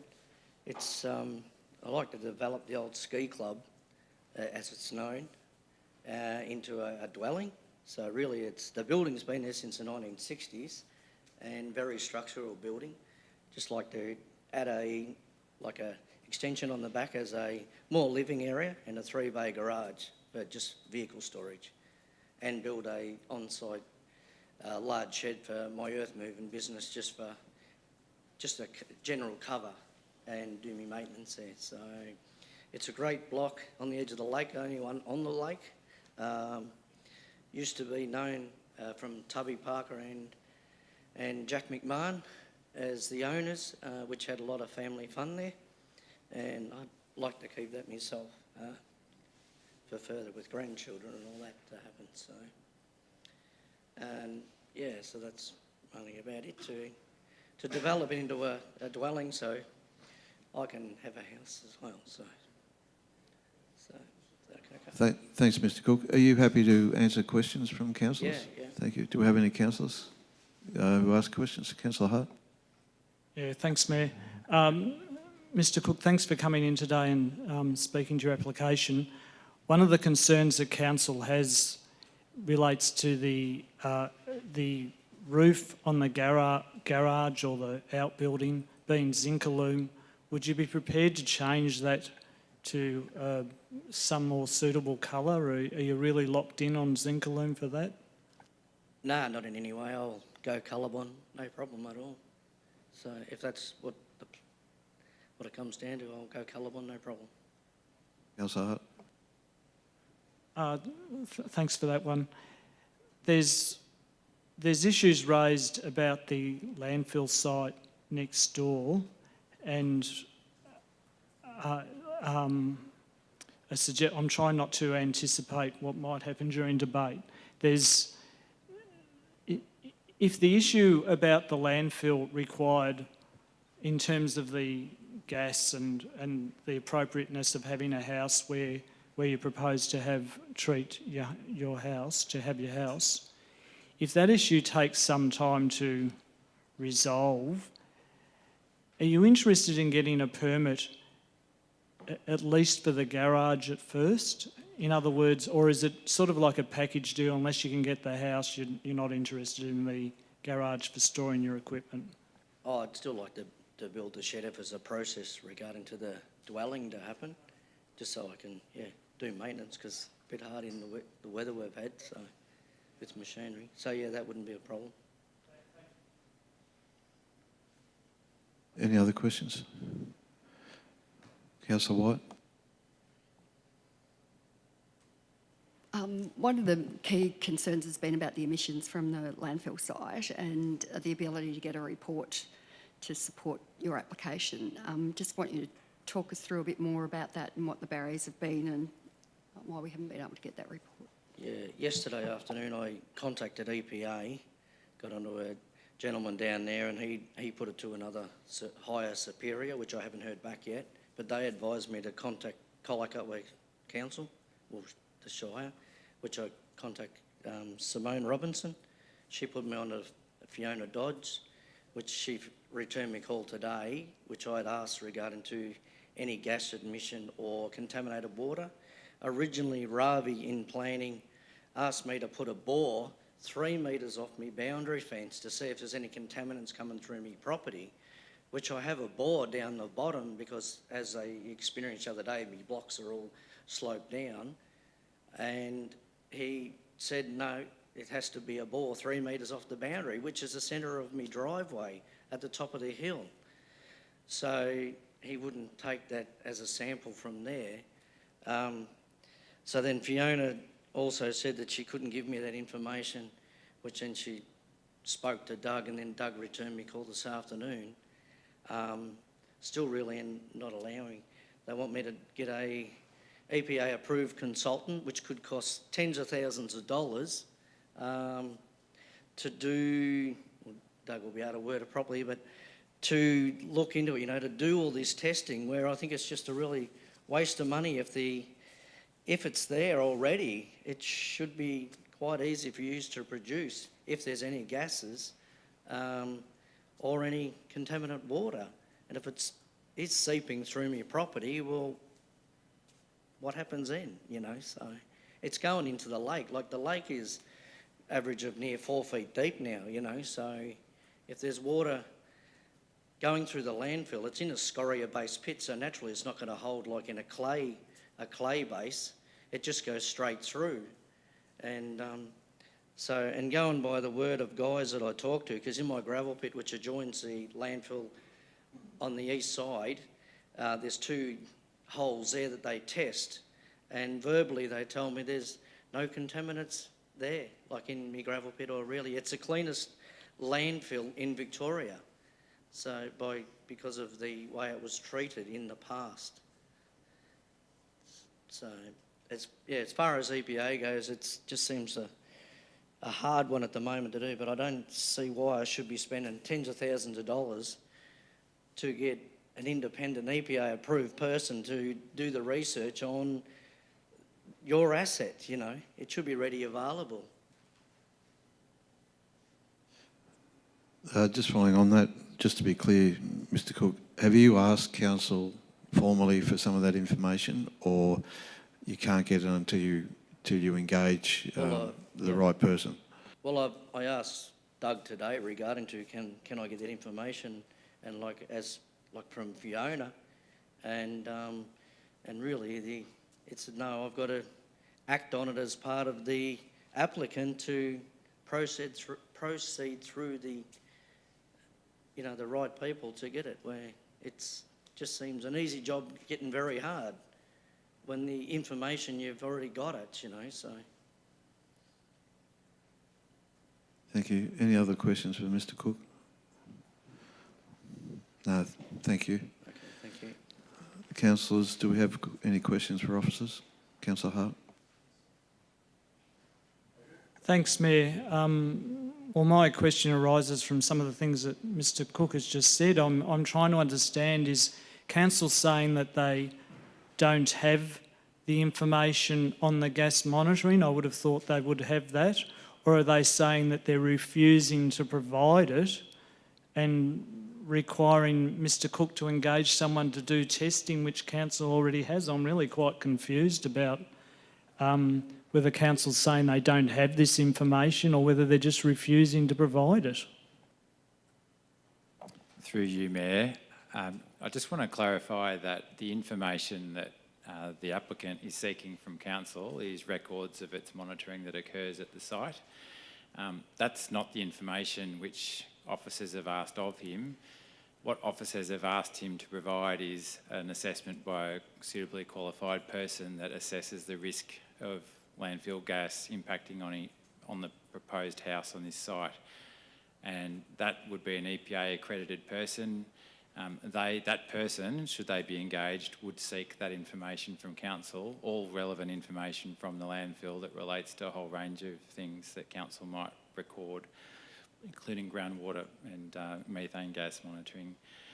The advice I received from our landfill landfill rehabilitation officer was that the monitoring information isn't provided to the public, but it would be provided to that person that might be engaged to provide an assessment of the risk. Through you, Mayor, I would say that our concern with all of this is the safety of residents being located next to the landfill. So it's not just about are there emissions or not, or is there contamination or not. It's understanding exactly what that is, if there is, whether a residence is suitable in that location in proximity to the closed landfill, and if it is, are there construction standards that are required, because quite often you'll get different ventilation requirements and things like that. So we're at a stage where we're trying to establish the safety of the site for residents. That's our key focus at the moment. Sorry, through you, Mayor. If I could also just add that, Council obviously does have that monitoring information, but officers aren't in a position to take that information and be able to make any judgments about the safety of the site.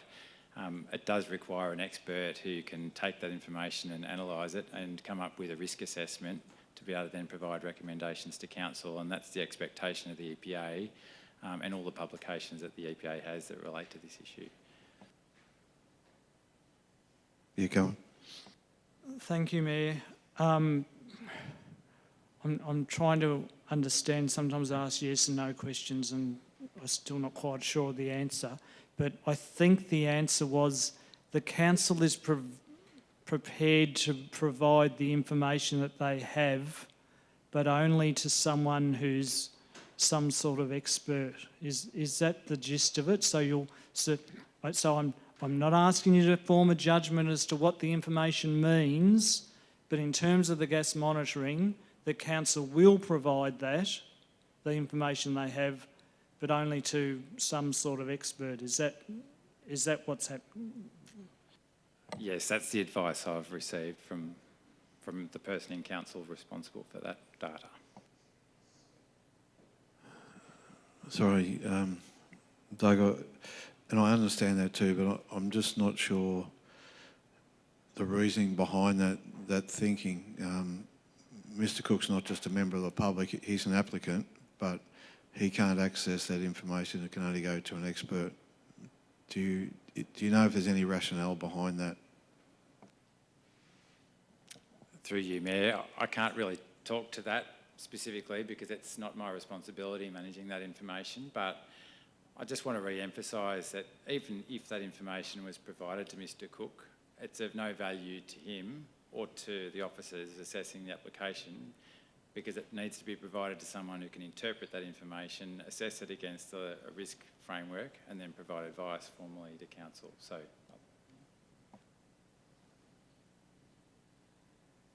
Councillor Hanson? If a permit was granted today and down the track 10 years or whenever there was a methane did creep or there was a problem, who's liable for that? Where does the liability lie? Through you, Council, I suppose Council, in making a decision on this application and having to consider this issue, if it was to approve a dwelling and the dwelling was established despite the fact that there was planning scheme provisions that recommended that other information be provided to look at the risk, then if there was to be some issue created down the track with methane that's travelled through the ground and caused an issue for the occupants of the dwelling, then certainly the liability would fall on council for not having adequately considered that issue when it made its decision.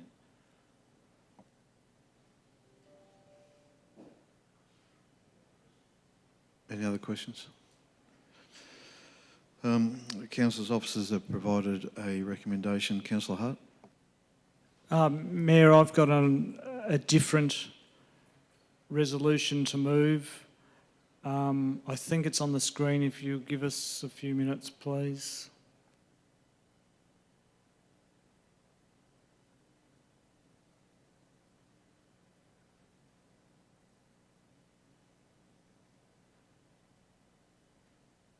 Yeah, I'm happy to move that, thank you. Thank you. Is there a seconder for that? Thanks, Councillor Bell. Is it to be opposed? Councillor Hart. Yeah, thanks, Mayor. Thinking back to a resolution that we dealt with just a short while ago, I'm not sure if I've got opposition or not, so I'm going to proceed on the basis that I have. I'll keep an eye on that, Councillor Hart. I note the sarcasm. It wasn't sarcastic. I can be more sarcastic than that. Mayor, I think there's obviously difficulties with this particular site because it's next to a former it's a former landfill which is still a transfer station. However, I think that we should be assisting Mr. Cook as much as possible to try to work through the particular process in relation to building a home on the site. I don't see that there is any real issue with the shed. I think Mr. Cook said he's prepared to have a different coloured roof, and I think that we should acknowledge in this resolution, and point 3 does acknowledge that the concern, which is essentially the colour of the roof, if that's addressed, that building a shed should be able to be approved. Unfortunately, with the unresolved issue and the risk arising out of the fact that the landfill did accept putrescible waste for part of the term, I think we need some sort of report or expert or what have you to comment on the appropriateness of being able to have a dwelling. I'm not of a view that the recommendation that we should say no now. I think we need to give an opportunity to the applicant to make it clear, having come to the planning committee, that we see the need for that report and give an opportunity for that report. And in doing that, I appreciate that the planning officers have raised that issue, but I think by reinforcing this as part of this resolution, we're adding weight to that part of the issue. One thing I do want to draw councillors' attention to is to the mention of the farm zone and how in the recommendation, it talks about it doesn't address the issues of the need of this dwelling for agriculture. Surely no one could look at that small site and consider that site, where it's located, not joining large farms, is some sort of critical site for farming. And it's exactly my point that the Colac Otway Shire planning scheme is broken in relation to some zonings of smaller lots as farm. I'm not saying entirely broken, and of course there are many fully viable large farm, zone farm, and that's entirely appropriate. But these legacy lots that are zone farm because of the zone for zone transfer, it's something that needs to be addressed. Thanks, Councillor Hart. Councillor Bell? Any other councillor? Yeah, Mr McNeil, you might be bringing our attention to a couple of typos that have been corrected. I was going to draw that the attention to Councillor Hart, just to double check that before we go to a vote. So, Councillor Hanson, can you just hold for a minute? Do you want to have a read of the motion, please, Councillor Hart? I'm pretty happy, but I'd be even happier, and I'm sure you want to make me happy, if it said reason 5, the zinc-alume roof on the shed. So if anyone picks this up, they can see that the issue is the zinc-alume roof on the shed. If I'm right, that's what the issue is. So maybe we should just state it. The zinc-alume roof on the shed is the problem. If you're happy with that, Mayor? Well, I'm happy with that. I'll just wait for staff to catch up.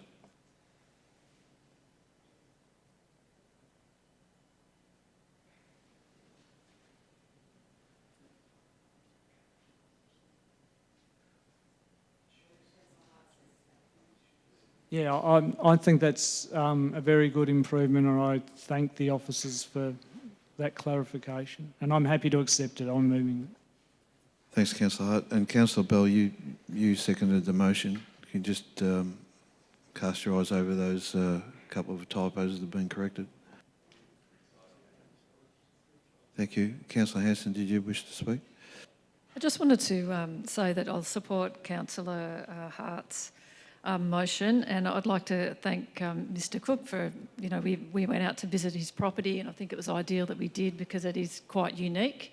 And, in a unique spot. But I'll just make note that around the farming zone, these legacy items, like this block doesn't probably really fit any zoning. So I don't think the planning scheme is broken. You sometimes get these blocks that just really don't fit anything. And you could probably argue that maybe it should be some sort of commercial zone, but then, you wouldn't even have any hope of building a house. So you're probably lucky in a way that it has got a zone, probably, like the farm zone, because I don't really know what other zone would fit it.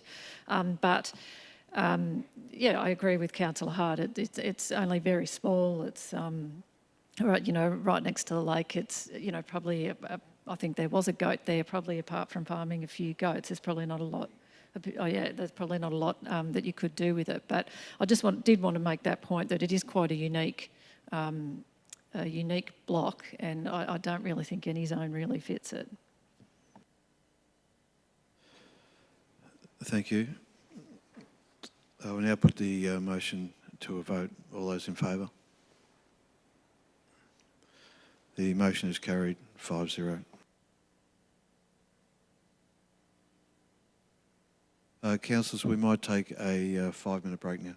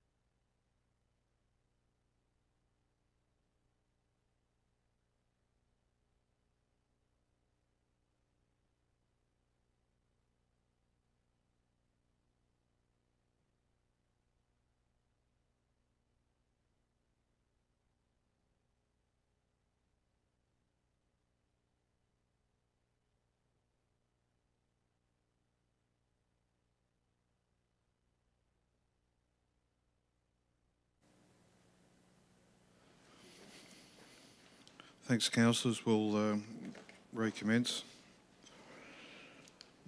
Item number 8.4, 255 Colac Ballarat Road, Illawarra, use and development of a dwelling.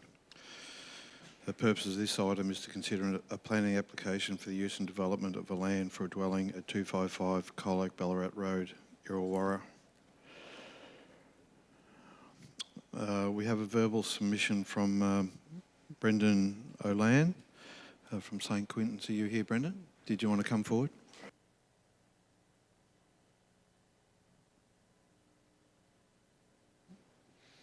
Thank you, Mayor. I will do a small presentation. I'm representing Charlie Buchanan, the landowner, and Charlie might want to speak for a couple of minutes at the end, if you allow. This site is quite unique. I mean, we're right on the Colac Ballarat Road. So on one side, in the farming zone, there's an 80 hectare minimum minimum subdivision lot size. So that's on the eastern side, and on the lake side, it's a 40 hectare minimum lot size. This application is just for a dwelling. We're not doing any subdivision. The actual title, which I've got on my hand, is lot 1 and 2 on TP 863303. This title is equivalent to over 40 hectares. 2 lots on one title. That's what I have in my hand, both in Charlie's ownership. Well, it has to be both because it's in one title. So it's almost arguable whether we actually needed an application for a dwelling, but hence we are here where we are. So I just wanted to make a point of difference between the Barangarok West application that the committee heard previously, in that was within the Colac Otway Shire rural land strategy as an area of farming significance, whereas this lot isn't.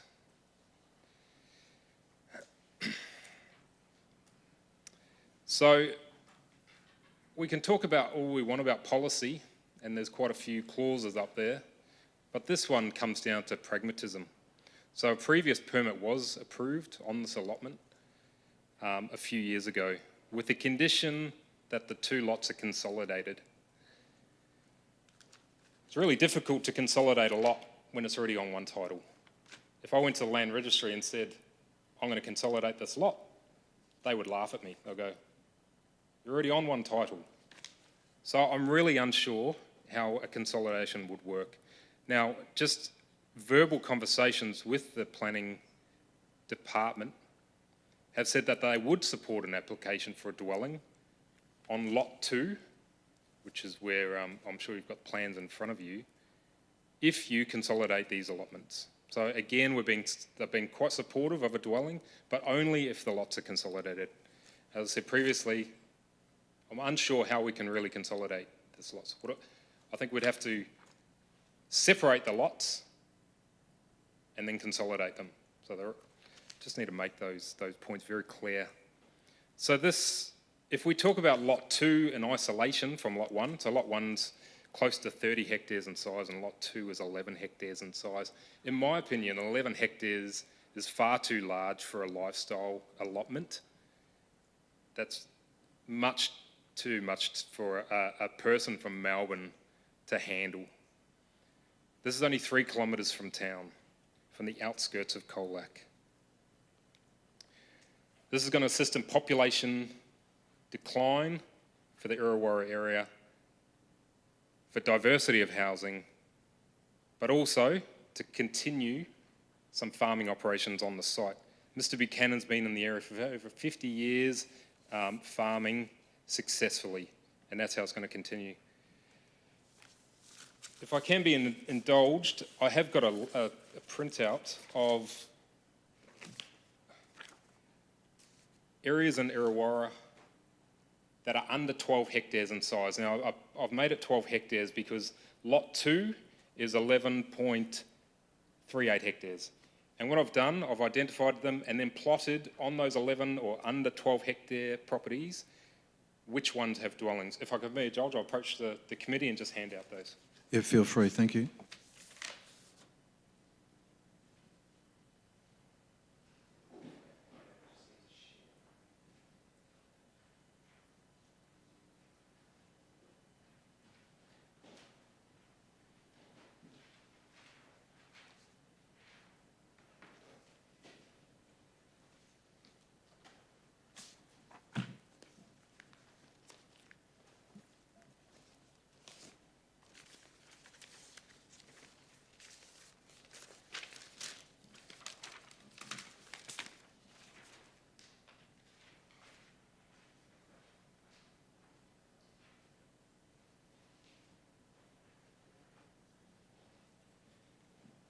So this is a program called Land Checker. What I've been able to do is isolate the Illawarra suburb into 3 areas. So it's the north, middle and southern Illawarra area.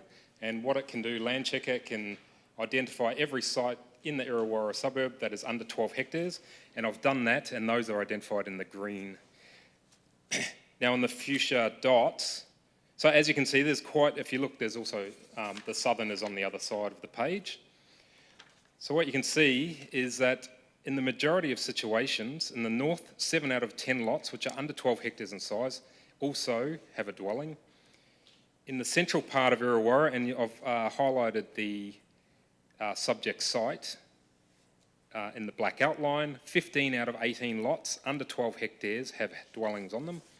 And over the page, in the southern part of Illawarra, on the other side of the Princes Highway, 24 out of 37 lots have houses.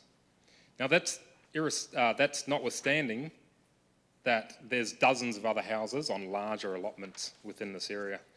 So any talk about proliferation of dwellings is really a moot argument, because there's already a proliferation of dwellings in this area.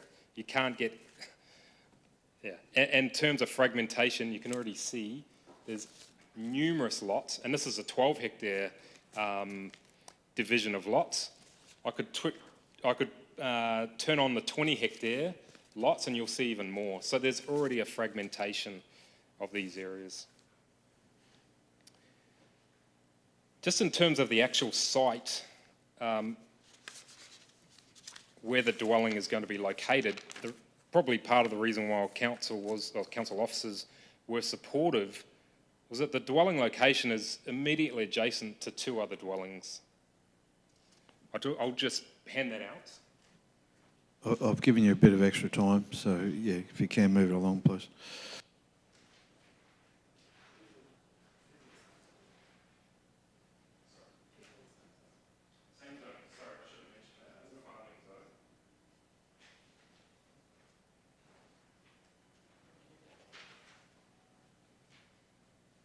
Sorry, and in that previous handout, if you look at the central part of Illawarra, it's actually a rural land zone, which is not identified because they are not farming zone lots, but there's a numerous amount of dwellings, as I'm sure many of you are aware. So just on that plan I just handed out, you can see that the proposed dwelling is going to be located between 2 existing dwellings.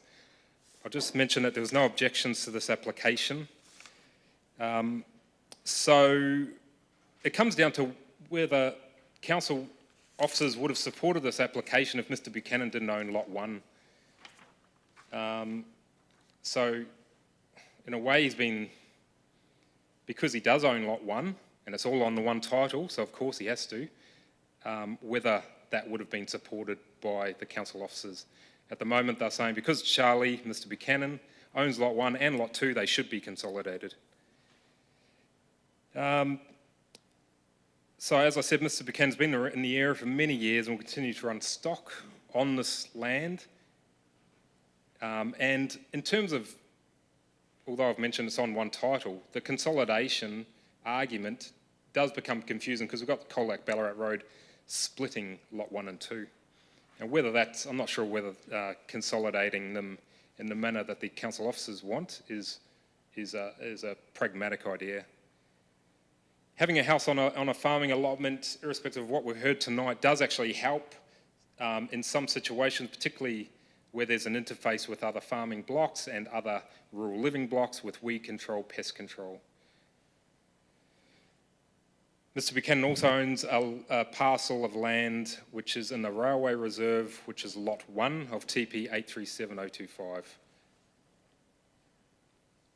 Mr. Buchanan's more than willing to consolidate that railway allotment with Lot 2, if that's the will of the council. So in terms of, I'll just wrap it up before Mr. Buchanan if you gets a can, chance. Brendan, I've given you an extra 5 minutes there. So, Yeah, thank you. So in terms of council officers are a little bit, it's the correct word, scared of fragmentation, proliferation. But what will fragment this site is if Mr. Buchanan does decide to separate all the 3 allotments or two lots and then sell them on to different people. That is going to cause fragmentation, not the current proposal. Charlie, did you just want to have a minute to speak there? Just before you step down, do councillors have any questions? Councillor Hanson. Actually, I've probably become a bit confused after your presentation. What are you saying are you saying that I don't actually understand what you're saying is on one title? It's already on one title. It's already on one title. Are you saying the 2 sides of the Colac Ballarat Road are on one title? I have the title plan here, if that might be easier to show you visually about Lot 1 and Lot 2 are on one title. on one title. Through you, Mr. Mayor, if I could just clarify for the benefit of councillors that the 2 lots are separate lots shown on one title plan, but the applicant or the owner can apply to the titles office to have them separated so that they could be sold separately. So whilst they're currently shown on one plan, they are separate lots and could be sold separately as it stands. So we'll hold questions for officers. Do you have another question for Brendan and Jamie? No, I think Doug just answered it anyway. So, thanks, Mayor. So, Councillor Costin. Brendan, I'll ask this of you because you might like to confer with Mr. Buchanan on this, but is the applicant willing to consolidate Lot 2 with the long, narrow Lot 1 on TP 937025? That's the long, narrow lot to the east.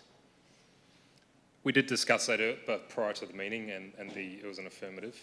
But again, we'd have to. Well, no, yeah, we can do that. We can consolidate it. Thank you. Councillor Hanson. Yeah, I think where I got confused, I think when you gave your presentation, you sort of made out that it was already 40 hectares. So because the Lot 1 and Lot 2 were already on the same title, which that they should have, really been able to get a house permit, probably without it, as of right almost. So then, can Lot 1 and Lot 2 be consolidated then? If you sort of, in your presentation, you made out that it was pretty much on the one title anyway. The answer is that it is on one title. To consolidate, so I work in a surveying firm, to get a PC, which is a plan of consolidation, first we'd need to separate the allotments and then rejoin them. And what's the cost of that? I don't think it's cost prohibitive. Oh, okay. So it could be done. And then you would have the 40 hectares and potentially you would have, be able to build a house. As of right. As you said in your presentation. That's what you said in your presentation, that, you'd probably pretty much be able to build the house.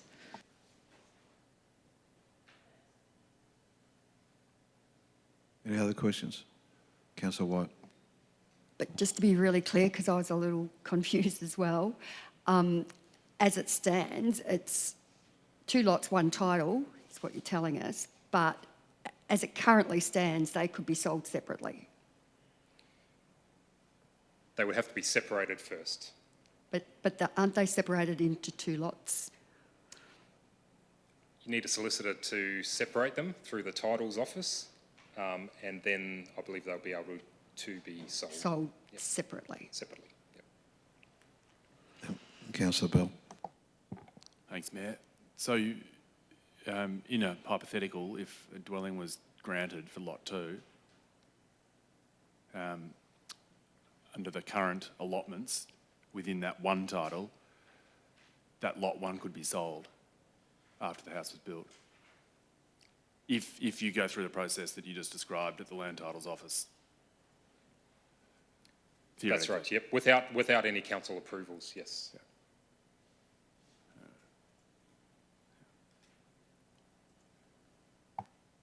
Have you got another one, Councillor Bell? All right. Any other councillor? Thank you. Mr Buchanan?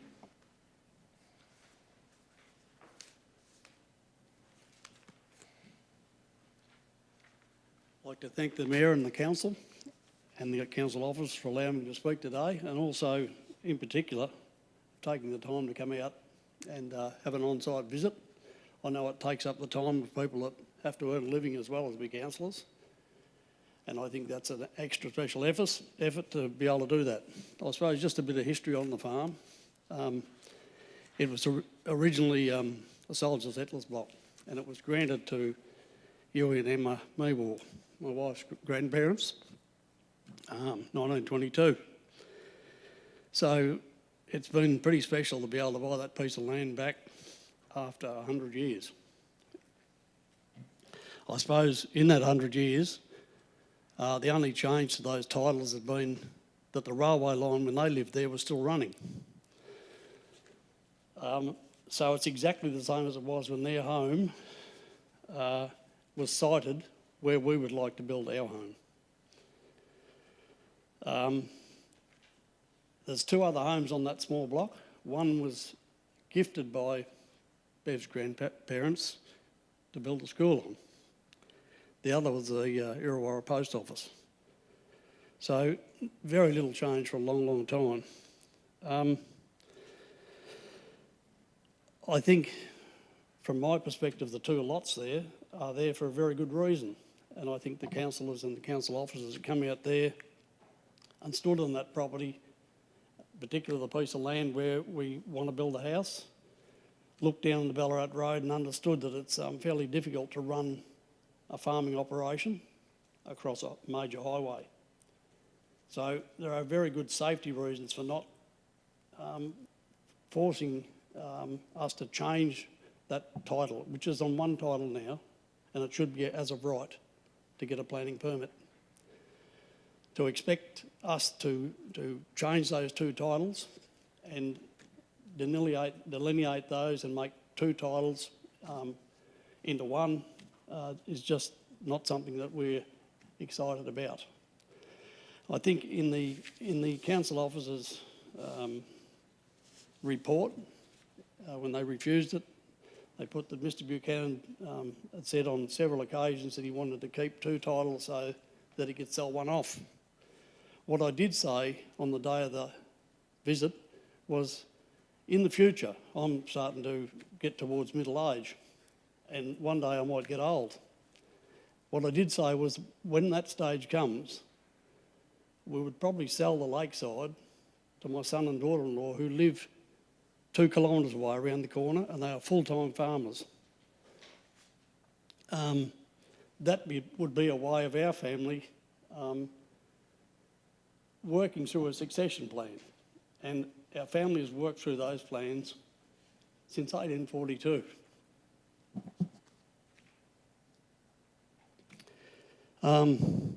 That is the reason why, another reason why we wouldn't want to join those two titles or have them so that they would be not as they are now. It seems to be that the council officers are hung up on the fact that we have the ability to be able to sell them separately now because it's going to disadvantage farming in the area. I would suggest that I will never do anything else but farm. It's been in our family for a long time. What would make the farming on this particular farm disintegrate is if we were asked to do something different than it is now because it's highly likely that that would then be disintegrated into 3 different lots, which I can sell at any time. And I would seriously consider that. As it is now, our proposal is to build a house there and eventually live there after we sell our current house, which may take 1 or 2 years.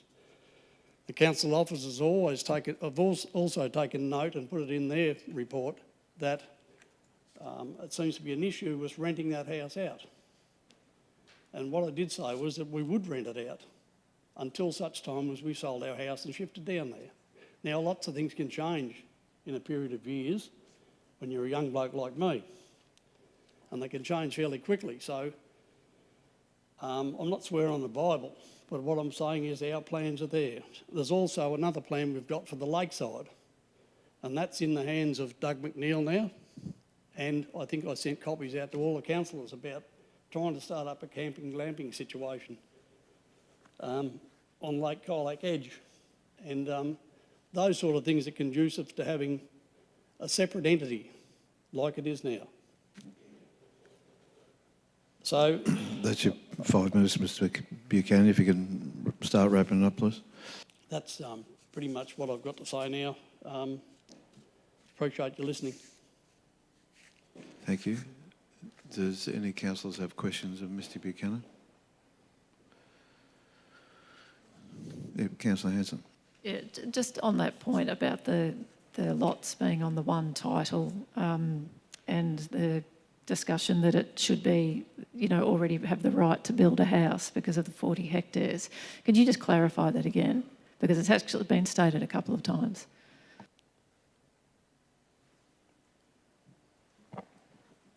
Through you, Mayor, the lot on which the dwelling is proposed is within the area where a dwelling is as of right if the lot is 80 hectares. The fact that there are 2 lots on title that nearly total 40 hectares or total 40 hectares is neither here nor there. It gives no rights to build on a 10-hectare site. It's basically nearly 70 hectares short of the size it would need to be for a dwelling to be as of right. You can sit down, Mr Buchanan, if you like. Just a follow-up question then. A permit was issued if the 2 lots were consolidated and that makes up about 40 hectares, is that right? It was actually 3 lots that would have been consolidated, so lots 1 and 2 on title and the lot to the east, the 1.3 hectare lot. Basically, council acknowledged the fact that the west-hand side of the road is in a 40 hectare lot and that a dwelling would be better sited on the small lot, maintaining the larger lot for agricultural purposes. So it was considered, if you like, a way of assisting the applicant at the time to get a dwelling on the 40 hectares that they had, siting it in the best place for that 40 hectares in total, rather than putting it down on the lakeside. Okay, so you didn't stick to the 80 hectares sort of hard and fast rule of the east side? No, but we had regard to the fact that part of the actual subject land was actually in the 40 hectares. Councillor Costin. Thanks for that explanation. So if the planning scheme requires 80 hectares, why have we relaxed the requirement on lot 2? As I said, it was the sorry, through you, Mayor.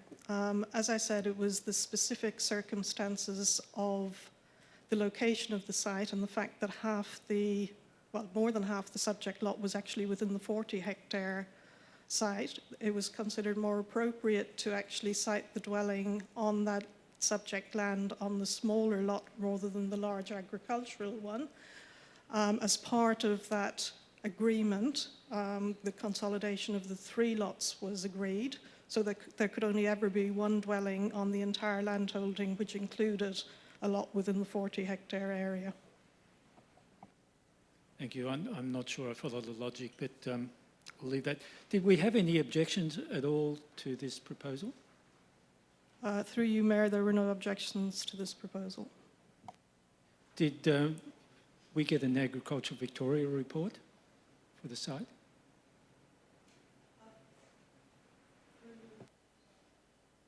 Through you, Mayor, no, we didn't, because the justification put forward was to do with the fact the council had been allowing rural residential lots. There was no agricultural justification put forward for the dwelling on the land. There was no farm management plan. It was very much put forward as a rural living lot that may have some agricultural hobby farm use. Thank you. Just one more, if I may. Yeah, go ahead. On page 248, there's a plan of the proposed site of the house. Just excuse me for a minute while I get back to 248.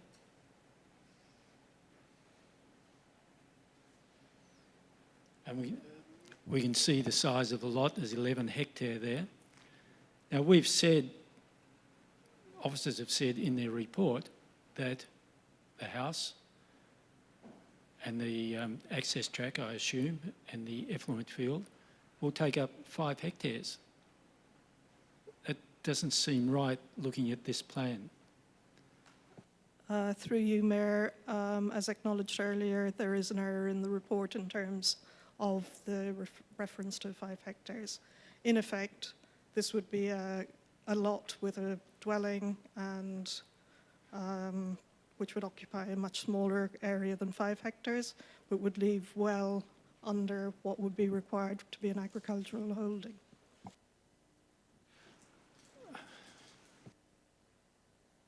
Councillor Hanson first. Do you have any other examples where you've where there's been some consolidation of titles across roads? Through you, Mayor, there have been circumstances where you see it historically. It's rare to actually seek it. In this case, it was actually just a way of trying to justify allowing a dwelling on a holding that had the 40 hectares. So it was considered the only way to justify a dwelling on agricultural grounds.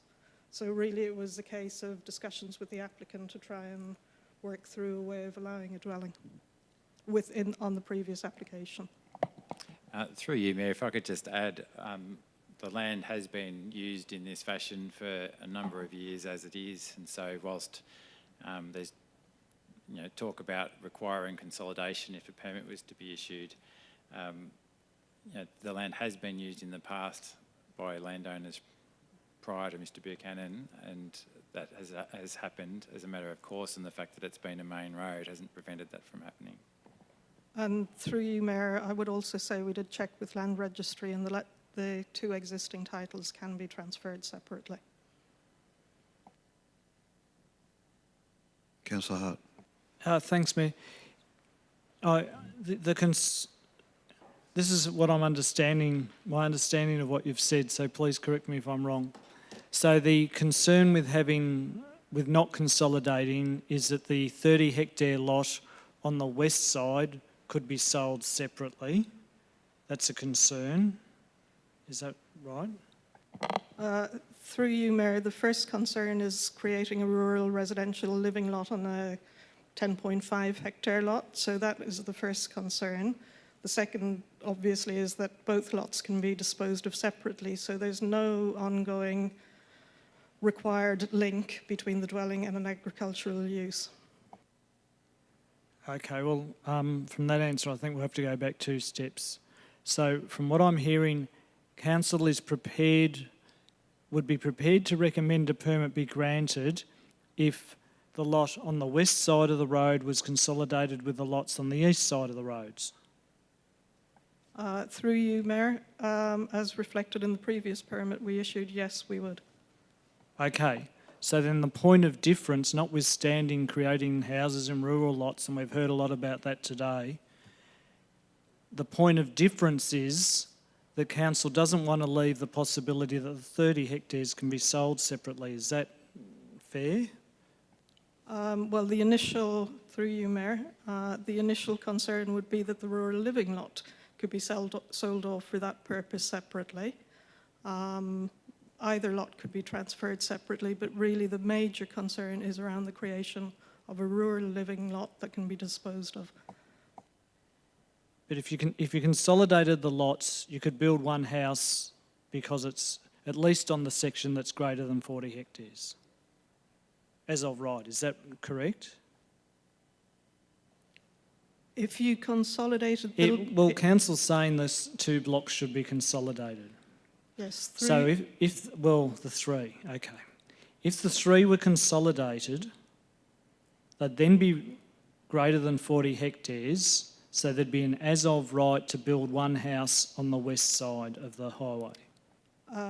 Through you, Mayor, if they were consolidated, they could build on the west side, on the lake side. They couldn't build where they're currently proposing. Thanks, Mayor, we're getting somewhere. But if the 30 hectare, if we allow the house to be built on the one on the east side, and I've lost how big that is, whether it's 10 hectares or what have you, then if the 30 hectare lot was sold separately, there'd be no as of right to build a house, and that would require a permit. Isn't that the case? If someone bought that 30 hectare lot, they wouldn't have as of right to build a house. Through you, Mayor, that would be in the 40 hectare as of right, so there wouldn't be a right, but there would be an argument that could be put forward because of the size of the land holding, obviously.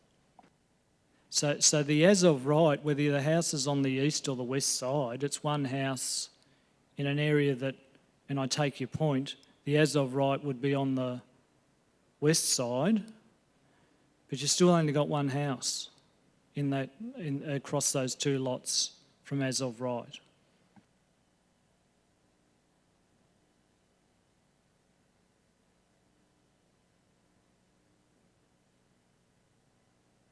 Through you, Mayor, I think what, as officers have tried to outline in the report, is that by establishing a house on the 11.38 hectare lot on the eastern side, if that is not linked through consolidation with the land that the applicant owns on the western side, it's more likely that that lot will ultimately be used in isolation as a more rural living lot, rather than all of that land being continued to be used for agriculture.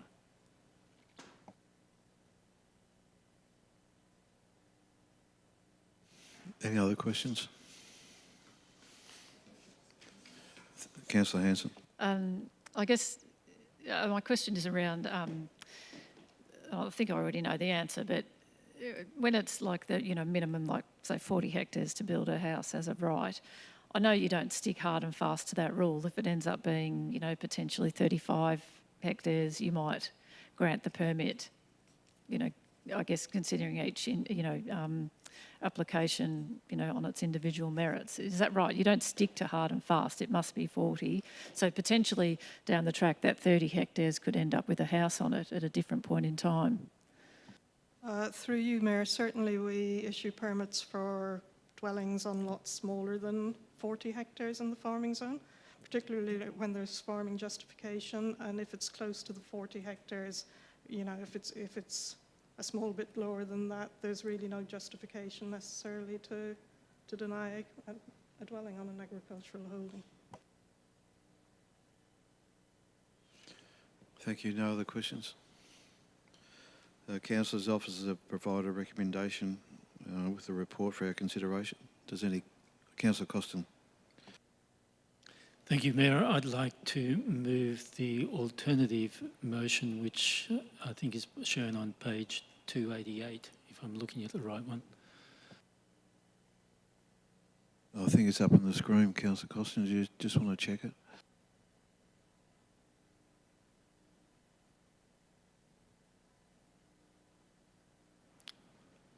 Perhaps we could ask the applicant if he's happy with the conditions.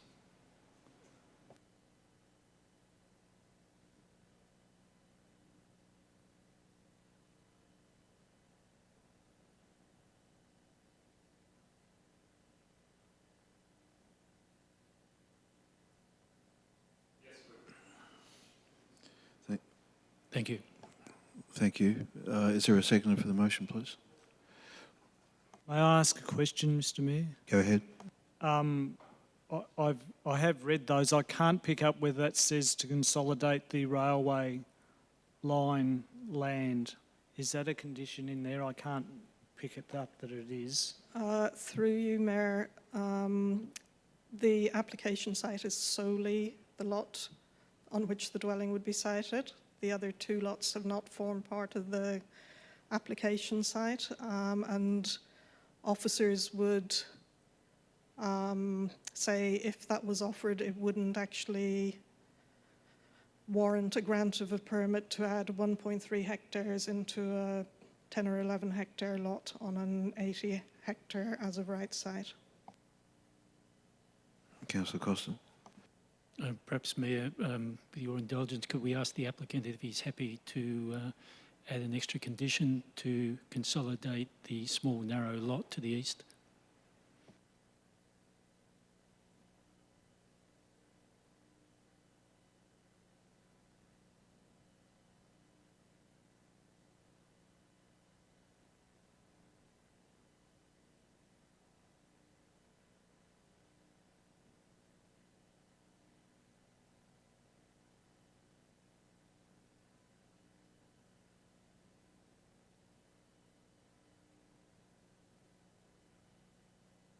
Is that what you're seeking, Councillor Costin? That's what you're seeking to include? So do we ask officers to create a wording? Yeah, we'll get some wording on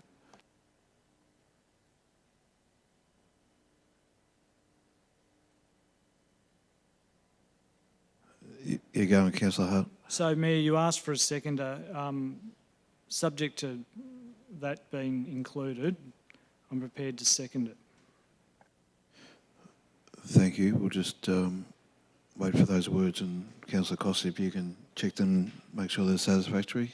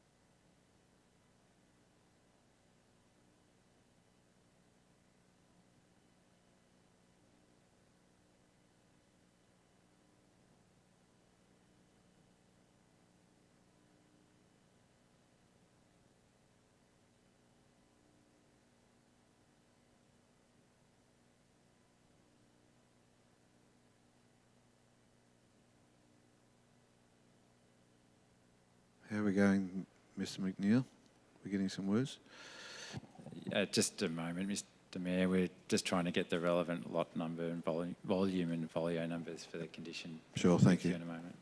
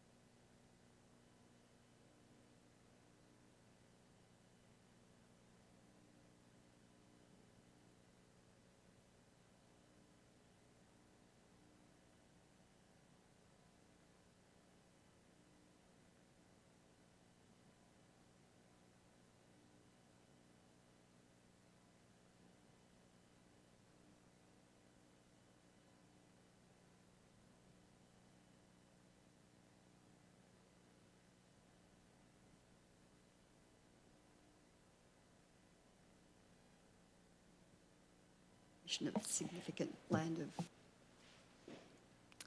Mayor, we've just emailed the proposed condition wording to Marlo. She's going to then put it on the screen for you.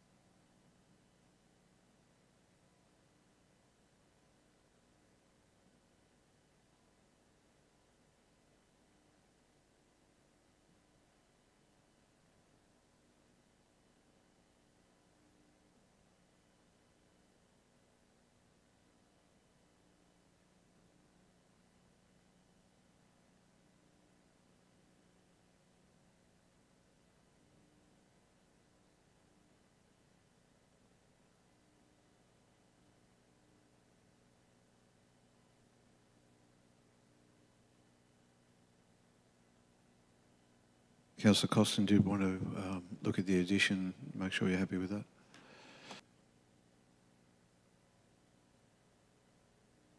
Thank you. Councillor Hart, you still happy to second that? Mayor, I'd just like, if we, with your indulgence, can we ask the applicant, are they satisfied we're identifying the right titles? And the intent is, my intent, certainly as a seconder, is that we're talking about the strip of railway, former railway land being consolidated.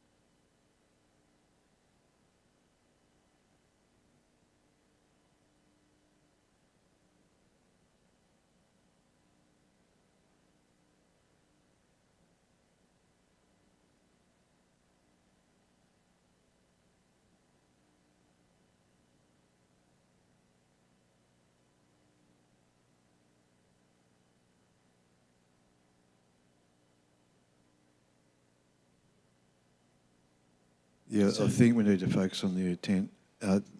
Councillor, can we just hear from Mr McNeil first? Sorry? Mr McNeil wants to Oh. say something first, I think.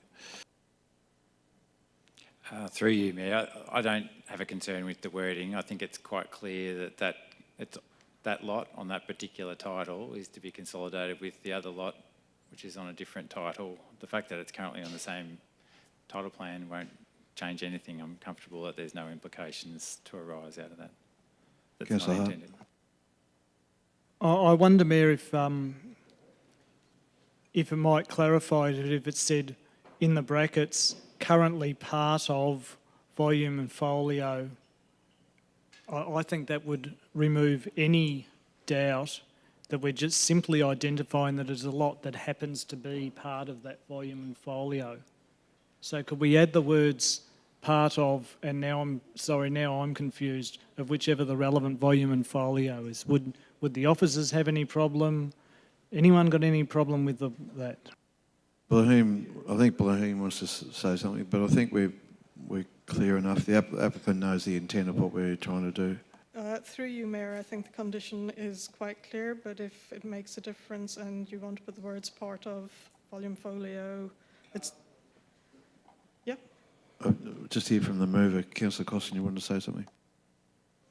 It might just be easier to add to the part that's in brackets, volume and folio number 6847, stroke 270, excluding lot 1. Excluding lot 1, just to make it clear.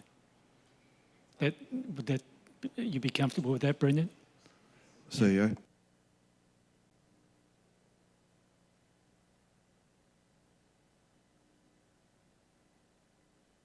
Councillor Hart. I reckon my words, plain language. I talk about plain language. I know it's unusual for local government, but just saying currently part of that volume folio. Anyone picks this up in 6 months' time, they can read what it means and not have to go and watch the whole video. Yeah, I'm pretty happy as it is, but it's not my motion. Graham? Stephen, I bow to your greater wisdom, and if you put words in, I'd be comfortable with that. So is that what you want in, Graham? Yeah, I think I'd sleep easier at night if in that brackets it said currently part of, and if there's some change at the titles office, well, that doesn't matter too much. So let's just make sure we get it in the right brackets, please. Which, I'm not even sure which one now. I'm lost. Yeah, well, if you can explain that just to be clear. Well, yeah, I think it's in that the title first that lot has of lot brackets. 1 and 2. So what we're asking to be consolidated is lot 2 of that relevant, currently of whatever. I think it's the first mentioned one. It's the first mentioned one.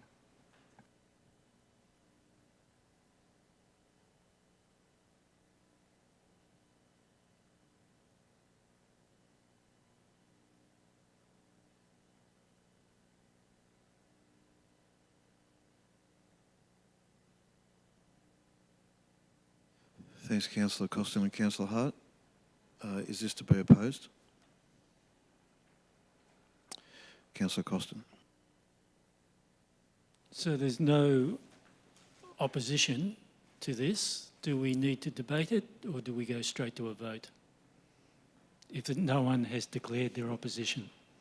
Well, yeah, I'll handle that. I've taken the point from Councillor Hart the last time, so if you wish to speak to it, feel free. Then I'll ask Councillor Hart if he wants to speak to it, and then I'll ask any other councillors, and I'll be very mindful of what they say if they do speak. Look, I think if there's any councillor who intends to oppose this, they need to declare that now before we get into debate. Point of order. I don't think councillors need to be threatened. I think we're allowed to have our say, and we could have our say in our rightful place. Yeah, thank you. And I did just call the order, but hang on. Well, I've got another point of order when you follow that one, if that's the track we're going down. Yeah, right. Just let me finish first. I did outline the order of speakers and what's going to happen. I also referenced how councillors felt about something that occurred earlier on and said I'll pay a particular attention to that. So in my mind, I think that's clear. Councillor Hart, you want a point of order? Yeah, I think Councillor Hanson's suggestion that Councillor Costin's requesting some clarification is threatening. I find that offensive. I find it objectionable. It should be withdrawn. Yeah, I apologise for using the word threatening, but I do not agree with Councillor Costin's premise. Okay, thank you. That's been withdrawn, Councillor Hart. And I think we'll get on with the debate. And Councillor Costin, you moved the motion. Did you wish to speak to it? I do, thanks, Mayor. I think it's something we need to sort out at some time in the future between ourselves, that if a councillor doesn't declare that they're going to oppose the motion, previous practice has been that we have just approved the motion without anyone speaking to it. But in this case, it seems difficult to ascertain what some councillors are really thinking. Point of order. Councillors are allowed to listen to the debate and change their mind. It happens all the time. Yes. And when we do debate things where people don't oppose it, and then we might vote 7-0, 6-0, whatever. Yeah, that is correct. Minds can be decided during the debate, and I've seen in this chamber many times that someone may oppose something with their vote, but don't talk during the debate as well. So, Councillor Costin, did you want to resume talking to the motion? Yes, thanks. I'll get on with it now. Thank you. Look, when I read this one, I was a little confused, and then I've listened to the submissions, and I've listened to the planning officers, and I think I've become a little bit more confused, and I've written a lot of notes, and I've crossed some out, and I'm not sure whether I'm more confused or I have clarity now, really, on this one. But in essence, it seems we're considering an application for a dwelling on a legacy 11 hectare of land, classified as having medium agricultural capability, not high. It's surrounded by other lots for less than 40 hectare in an area where the size of a viable farm, other lots of less than 40 hectare with houses, where the size of a viable farm has been considered to be 80 hectare. There seem to be no objections, no environmental issues, no design and siting issues. But I guess we should never confuse the planning scheme with common sense. The applicant's planning report states Lot 2 is not viable for productive agriculture use because of its small size and the physical separation from Lot 1 by the busy Colac Ballarat Road, which is becoming more and more busy every day. I assume this means not viable for broadacre dry farming, but the property sits alongside a piped water supply, which might make the lot suitable for more intensive agriculture if a dwelling was permitted. Contrary to the applicant's planning report, officers say that Lot 2, in conjunction with Lot 1 across the busy main road, can continue to contribute to the agricultural economy.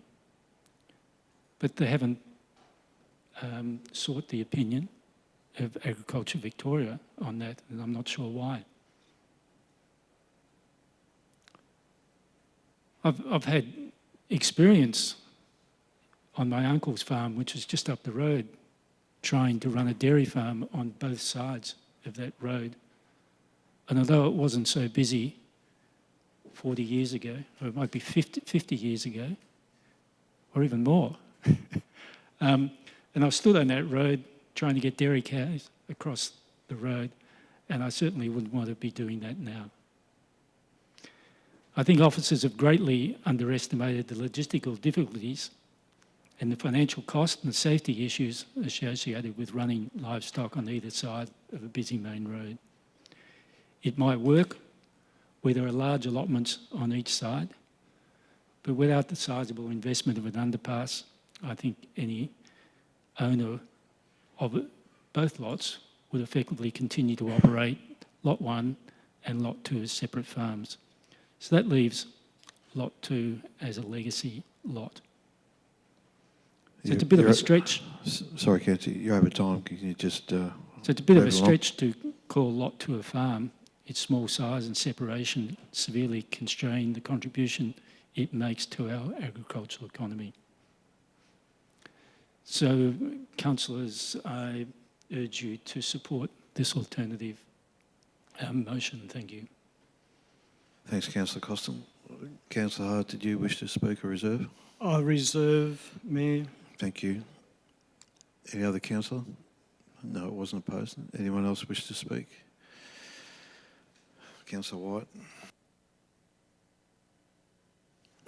At the outset, I want to say that I have sat here and listened to debate and changed my mind in the course of that debate. So I just want to make clear that that is my understanding of how we do proceed at times, and it's not always completely clear before you have that debate. On to what's before us, I think what was presented and how it was presented has got me thinking about this particular application and the difference, I suppose, in what's before us as to what's been before us before in the previous, particularly that this is of medium, not significant. The information we've got here, and I know the area well, and I know there's lots of, over the years, it's become more a sort of just a precinct of smaller allotments with housing on it, and it is within a 3 kilometre radius, or I think it's 3 kilometres from Colac, which I think does sort of make a bit of a difference. We have been told very, very clearly that although it's 2 lots, it's 1 title, or is it the other way around? I'm not sure which, but we have been told that they are connected, they will stay connected, and there is a strong commitment to this area and to continue to develop it as nearly 40, or it is 40 hectares. That's what I heard, and that is influencing my decision as well.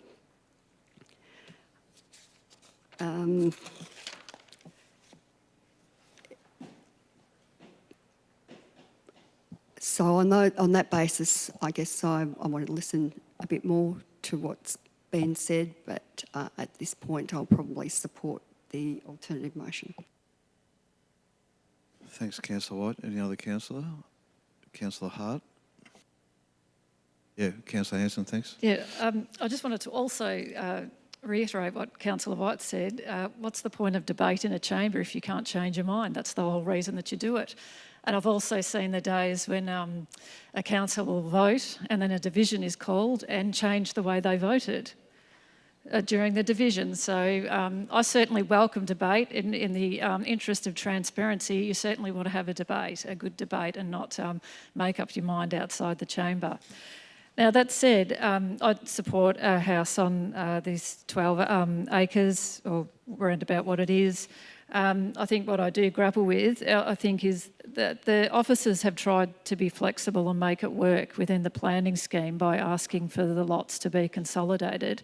And I think Brendan from St Quintin's actually confused me, because I think when he first spoke, he sort of made out that it was some sort of consolidated lot, and that, you know, we shouldn't have even been here. It was almost as of right, and that definitely confused me. But I think without the lots being consolidated, and if the house permit is approved, then I think you'll get this applicant will eventually move into the house, but then in time it will be sold off as a separate lot. You know, there's no doubt about that.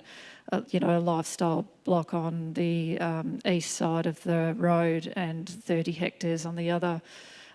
Where I do battle with it a bit around the consolidation is that you know, it's not ideal.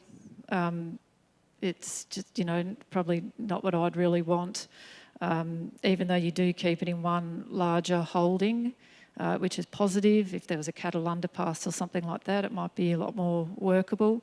But it is a very busy highway. But that said, farmers farm on, on separate sides to the road, and that kind of thing happens all the time. Or you've got blocks in, different parts of the district, or in farms in different shires, or who even knows, different states.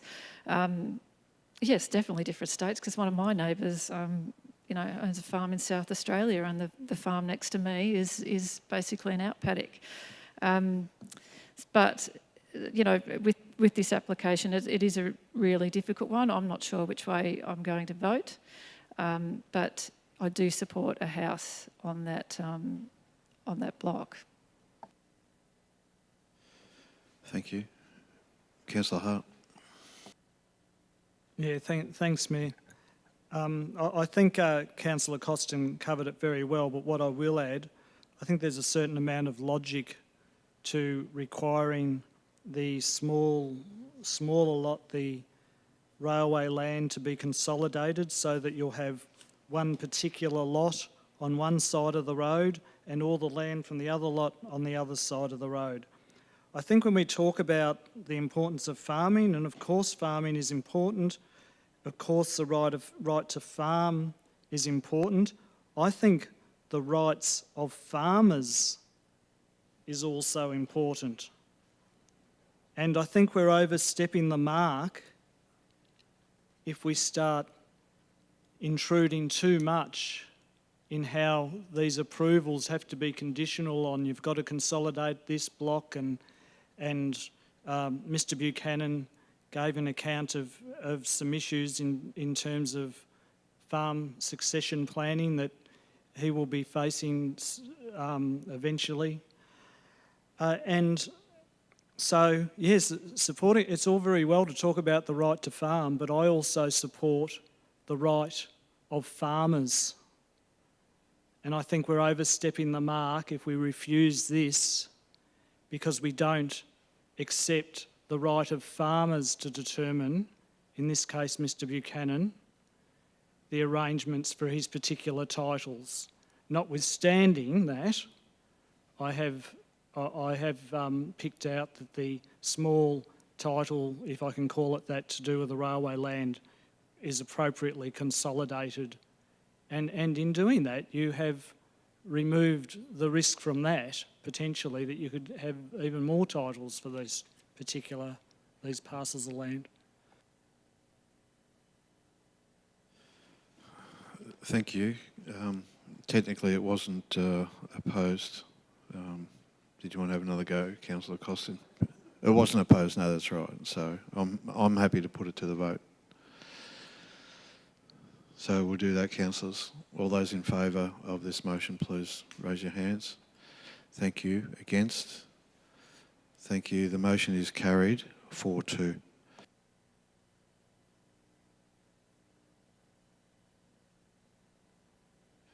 Yeah, division's been called. All those in favour, please. Councillor Costin, Councillor White, Councillor Hart, Councillor Bell. Against? Councillor Hanson, Councillor Potter. Thank you.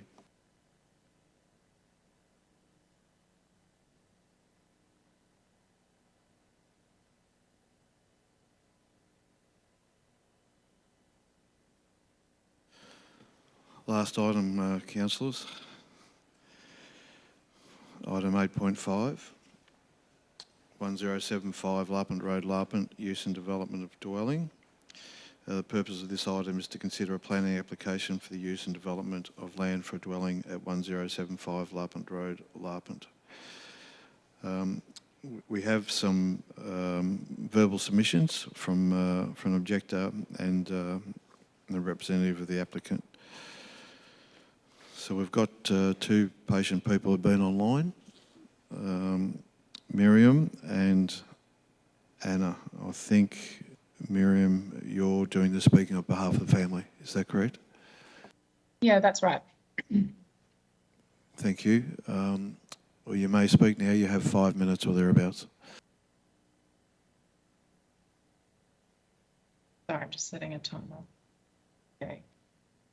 So thank you to the council for hearing our objections, particularly remotely. My name's Miriam. I'm a joint proprietor of the land at 1105 Larpent Road, Larpent, along with my mother, Anna. We run it as a joint partnership and it's leased to a farmer in the district apart from the house and 2 small paddocks. Our objections to this planning application are broadly that we don't think that the application has addressed its context, either within the applicant's own land holdings or within the Shire more generally, and therefore we think it's proving it's inconsistent with the planning scheme. What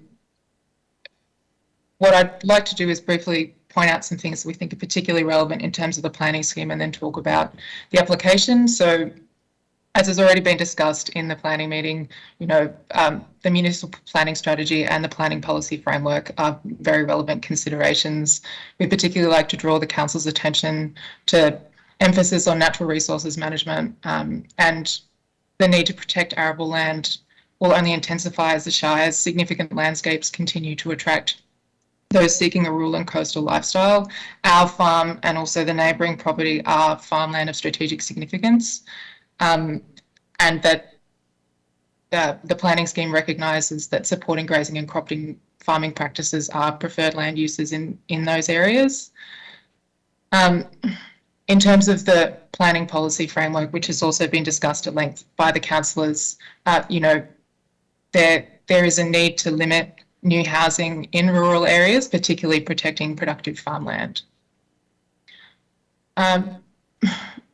Having looked at the planning scheme, we consider that the scheme requires the planning committee to look at the application in the context of their other land holdings, as well as the landscape.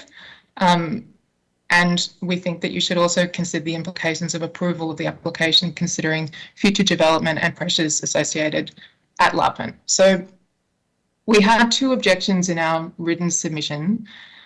The first one I'd like to expand upon a bit, which concerns the reasonable use of farmland.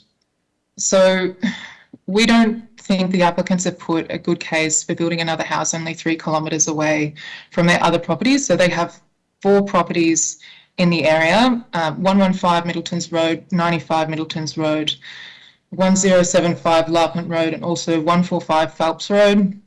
And one of the reasons that they've put as to why they need to build a new house 3 kilometres away from their existing one is that it's too difficult to manage the land. They've requested multiple times that you don't consider their other properties, which we find a bit odd because it's inconsistent with the fact that they want to draw your attention to the distance between their current home and proposed new home, but also want you to ignore the rest of their land holdings. Yes, sorry, I'm just going through my points here. They're not particularly clear on how the other properties will be run, other than saying, I think it was in either their second or third group of submissions to you, that they were hoping to get a dairy contractor in to run the property, but that's only 115 Middleton's Road. It doesn't discuss the rest of the property. We're also interested to note that despite 2 reports being produced, one was by Stantec and another was by a farmer in the area in general, neither of those discussed the fact that it was an area of strategic significance. That we're in an area of strategic significance, which we think is really relevant to the application. The second objection, which is if you are minded to approve the application, we would request that the house is moved. It's in the direct line of sight of the farm that my grandfather built. He built that house. There will be an enormous 28-metre shed directly from our kitchen and lounge room in that house, which is where we congregate. We do go there fairly regularly, despite the comments made that we're only occasional visitors. My parents were there on the weekend and we intend to continue to go there regularly. And we also note that it's not going to cause particular difficulty to the applicants in relation to what they propose to do on the land. And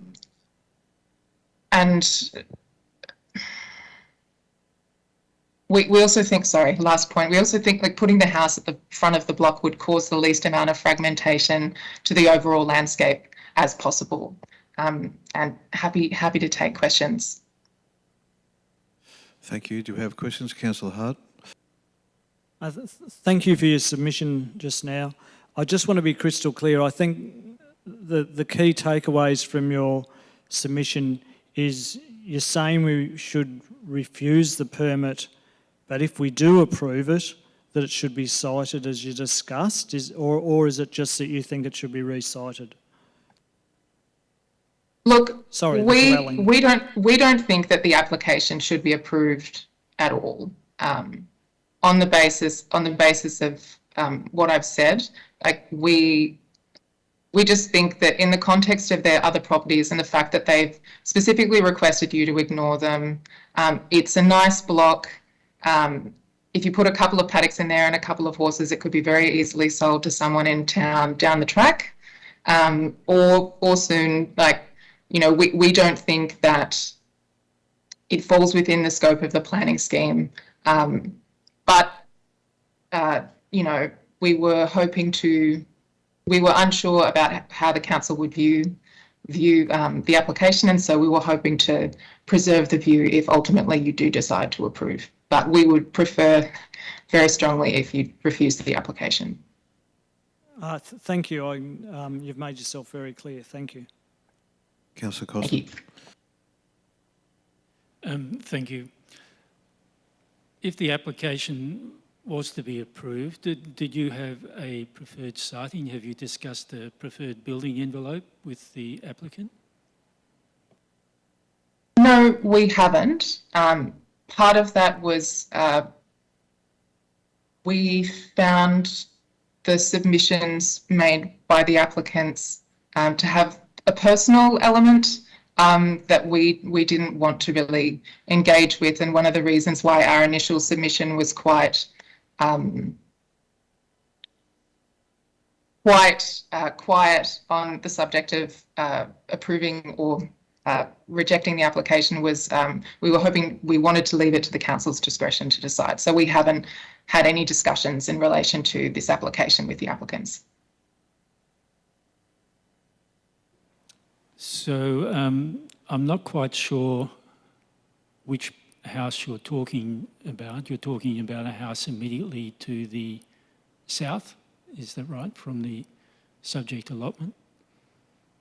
Yes, that is the house that my grandfather built, the one next door at 1105. Yeah, I haven't got the street numbers here. Yep.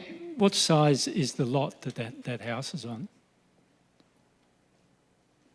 That might be a question for the councillors. I don't specifically know.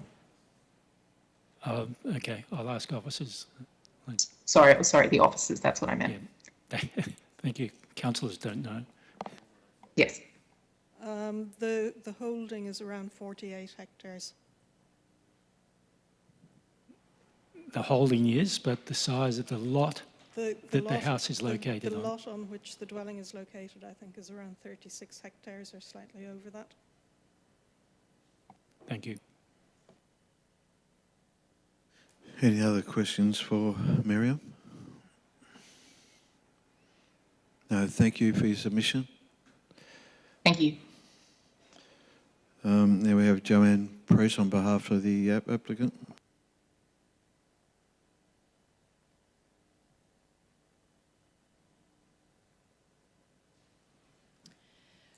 Appreciate the time to be given to address council.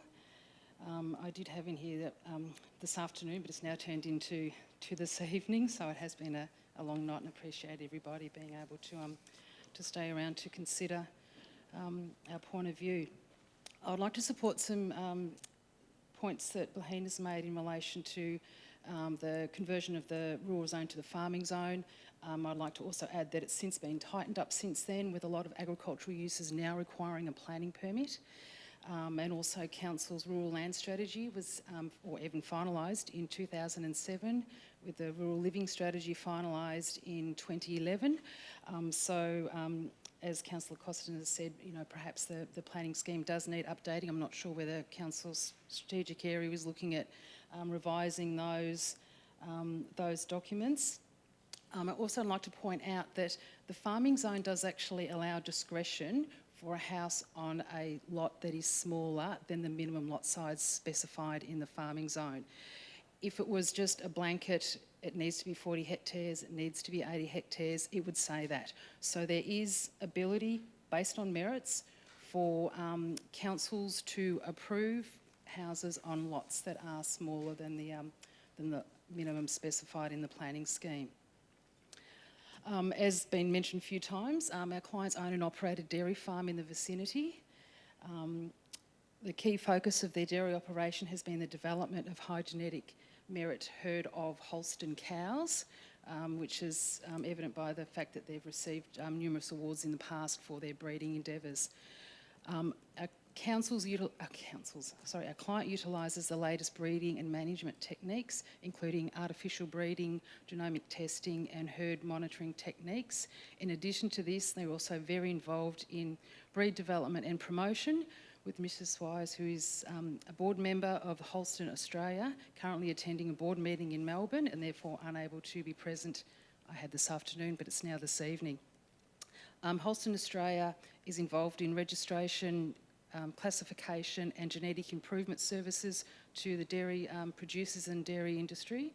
Holstein breed produce excellent quality milk and are renowned for their adaptability to thrive in various environmental conditions. It's this enterprise that our clients wish to continue developing and fully utilise the potential of this site in Lepent Road, whilst enabling them to step back from the physical demands of managing their dairy operation, which, as everybody has said, is in close proximity. Residing on this particular site will ensure optimal supervision and development of the young dairy stock and the group of speckled calves, park females. And then they get to a certain point and then they'll be farmed out onto other properties throughout the district. Our clients have lived in the Lepent area for 40 years and have adult children and grandchildren nearby. They're a close family unit providing regular support to each other. This deep-seated connection in place to family is central to their well-being and they wish to continue to stay in the area, as one of the other councillors did mention previously, similar to ageing in place, to be able to let people have their social connections and their familiarity with what they have done in the past, that is working on a farm. As I said, our clients have a farming property nearby. Planning permit applications are assessed on their individual merits. The existence of this farm and a dwelling on it should have no consideration whatsoever to the appropriateness or otherwise of the dwelling that our clients are seeking on this particular property. And it will be associated with a farming activity, being breeding program. They now wish to invest the majority of their time into this breeding program and employ a manager to live on site and operate the dairy. With accommodation options in the area difficult to secure, attracting and retaining staff and farm hands has been problematic. Again, the issue of accommodation has been touched by several councillors. As our clients are still active in the dairy industry, it's their intention to construct the dwelling on the site to further develop the breeding side of the business, with the manager residing in the house on their dairy farm and carrying out the day-to-day operations of the dairy. Our clients are therefore genuine in their endeavours to undertake agricultural activities on this Lepent Road site. It's reading the planning reports that have been put up and the sort of almost blanket recommendation for refusal, it's nice to see that councillors have understood the uniqueness of each of the properties, even though all the refusal conditions were basically the same, but the blocks of land ranged from 4.5 hectares to 11 hectares and our client's land is just over 20 hectares. So it's good to see that although the consideration and the refusal reasons were the same, councillors have seen that each site has its uniqueness. And again, that comes back to applications being assessed on their merits. And in this instance, it's the further development of our client's breeding program. And that's what they're wanting to more focus on this particular site. It's not a hobby farm. and as I said, they will continue to operate the farming enterprise. We therefore submit to Council that it's not a rural residential or rural living development, as inferred in the officer report, and it will be an active agricultural activity with a dwelling required to support that. We've just heard from the objectors in relation to the proximity of the current dairy farm that our clients own, and also the siting of the building. And as one of the councillors pointed out, the objectors live to the south. Their dwelling appears to be fairly central to the site, whereas our clients have proposed to put their dwelling on the northern side of their property, so it's sort of almost as far away from the other residents as you could possibly get. Sorry, Joanne, I've given you a couple extra minutes. Can you start winding up, please? Yep. Thanks. Yep, okay. Yeah, it's noted in the planning report under clause 0201 that dairy and beef industries are the most significant in terms of land use and economic contributions to the Shire. And that our clients are continuing to add to that, being genetics. It's probably not so much, hands-on and getting your hands, well, I suppose they do get your hands dirty. And this type of agricultural activity may be something that the planning scheme's yet to fully understand and appreciate, and the technologies that can bring to the agricultural sector may not yet be realised. In echoing a tribunal member's statement cited in the planning report for Barongarook West, a dwelling within the farming zone can represent an appropriate outcome if it is associated with an agricultural activity, which this will be.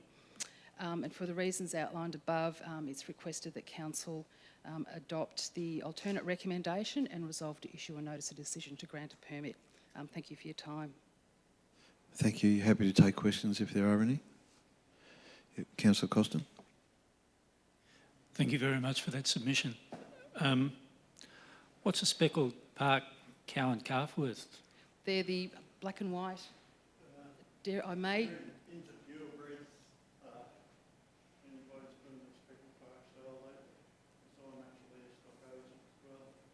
So they can make anywhere between $15,000 and $25,000 for a female cow and a calf. I'm in the wrong business. That's why we got the verbal calf. Thank you. Councillor Hanson. What's the block currently being used for, or what has it been used for historically?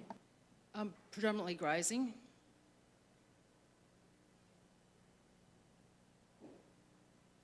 Councillor Hart. Thanks, man. Thanks for your submission just now.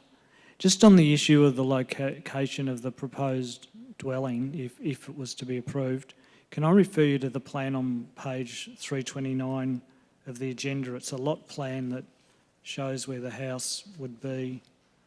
Do you have that? Yes. Sorry, was that addressed to me? I don't have that document, Sorry. but I'm familiar with where it's located.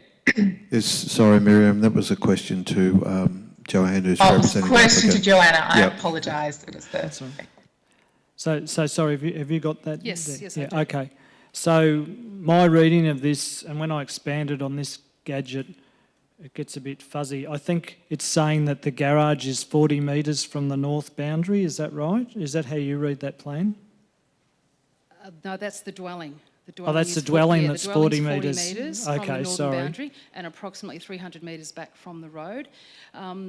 So my question is, can we roughly work out from that how far the dwelling is from the south boundary?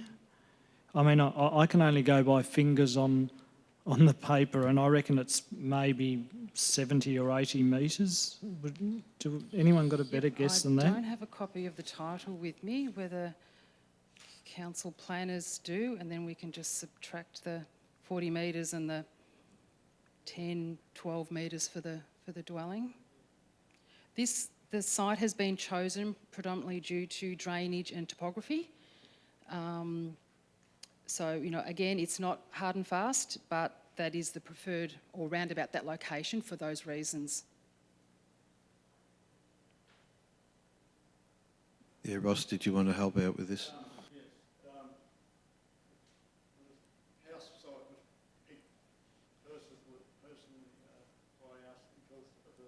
where it is on the rise, but it was also our intention not to impede on our neighbours. There is a plantation that runs the boundary to their house from our gateway right to their house.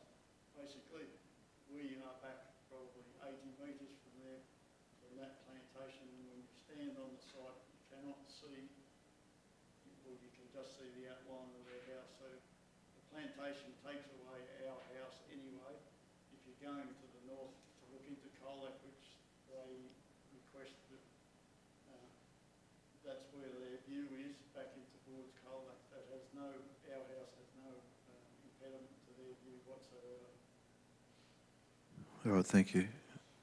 And as I said, it's not hard and fast. Like, we're happy to move the house a certain amount, but we don't want to go down, we don't want to go further away from the road, because the further you get off the road, the wetter the block gets.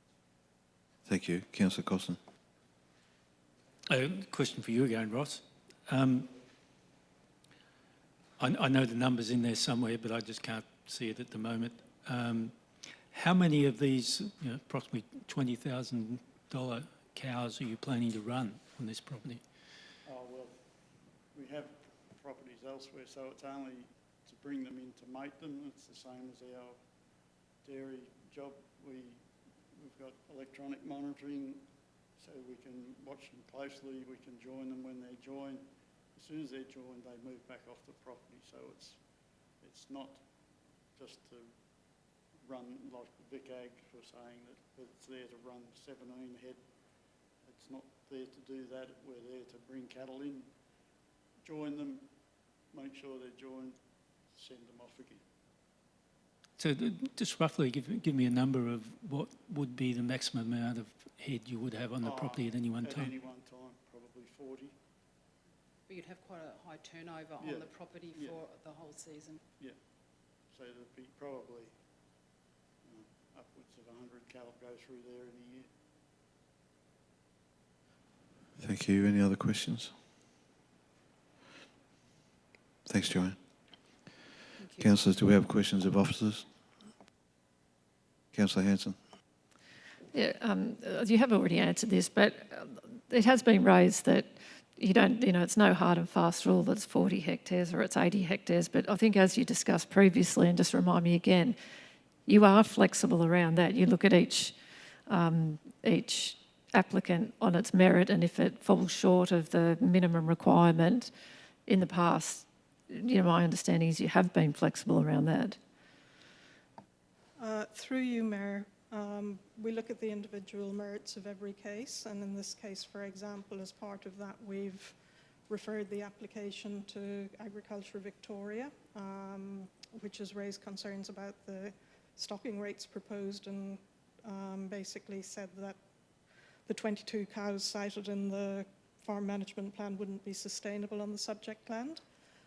What we have here is a lot that's basically half the size of what would be a lot that would have a dwelling as of right.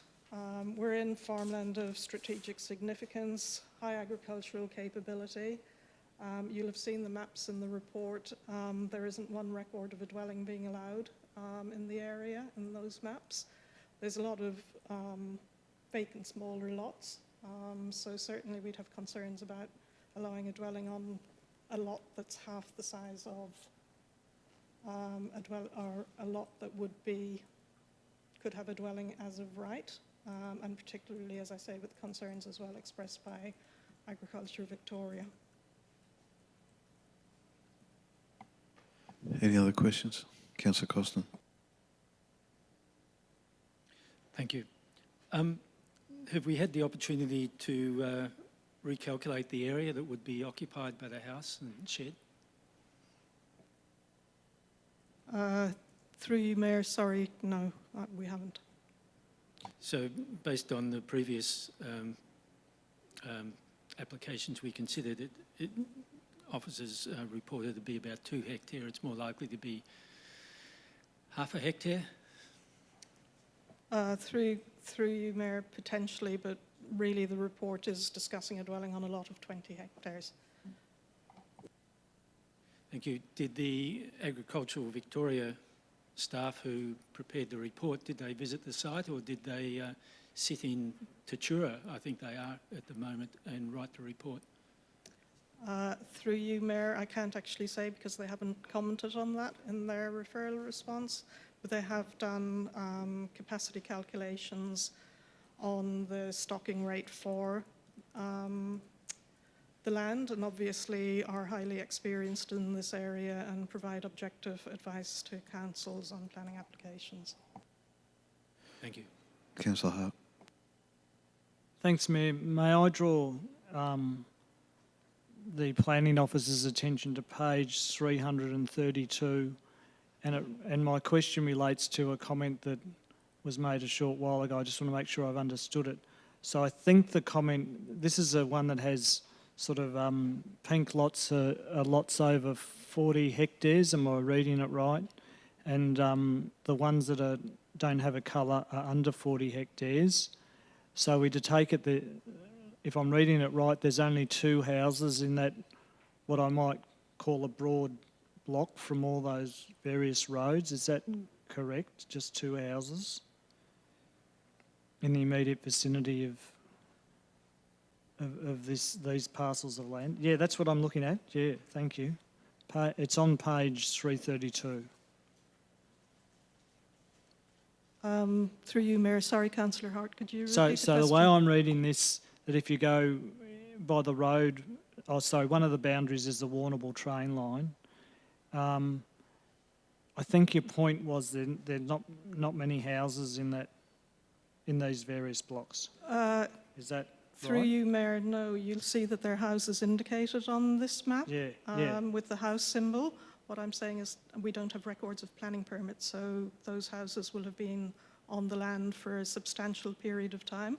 They're not dwellings that have been permitted in recent years. Okay, so that was, thanks, Mayor, I think we're getting there. That was going to be my next question. So you've got a house that I read is 2 lots south of this site, and is that the house from the people who have objected? Is that right? Through you, Mayor, yes, that's the objector's And we house. don't have any, and that was approved well before, we don't really know.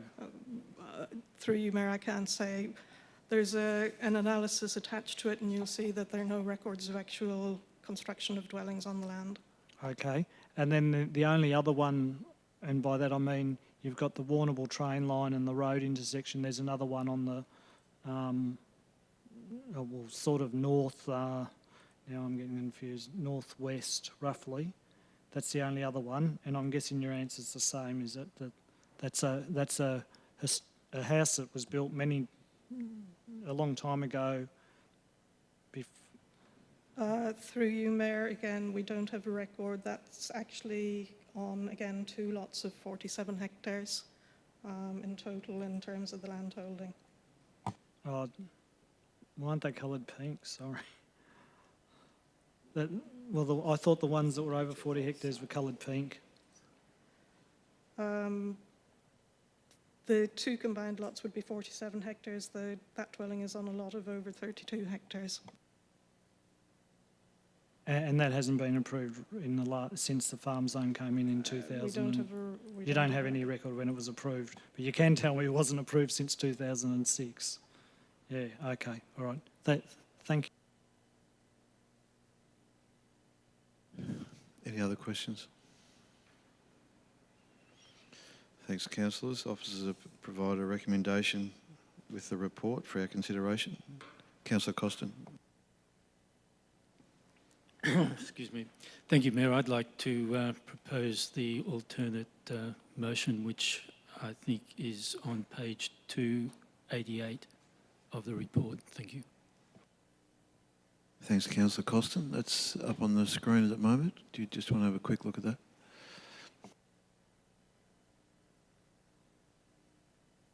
Thank you. Do we have a seconder for this motion, please? Thanks, Councillor Bell. Is it to be opposed? Councillor Costin. Thank you, Mayor. Again, we're these applications for dwellings on smaller acreages present a dilemma for us.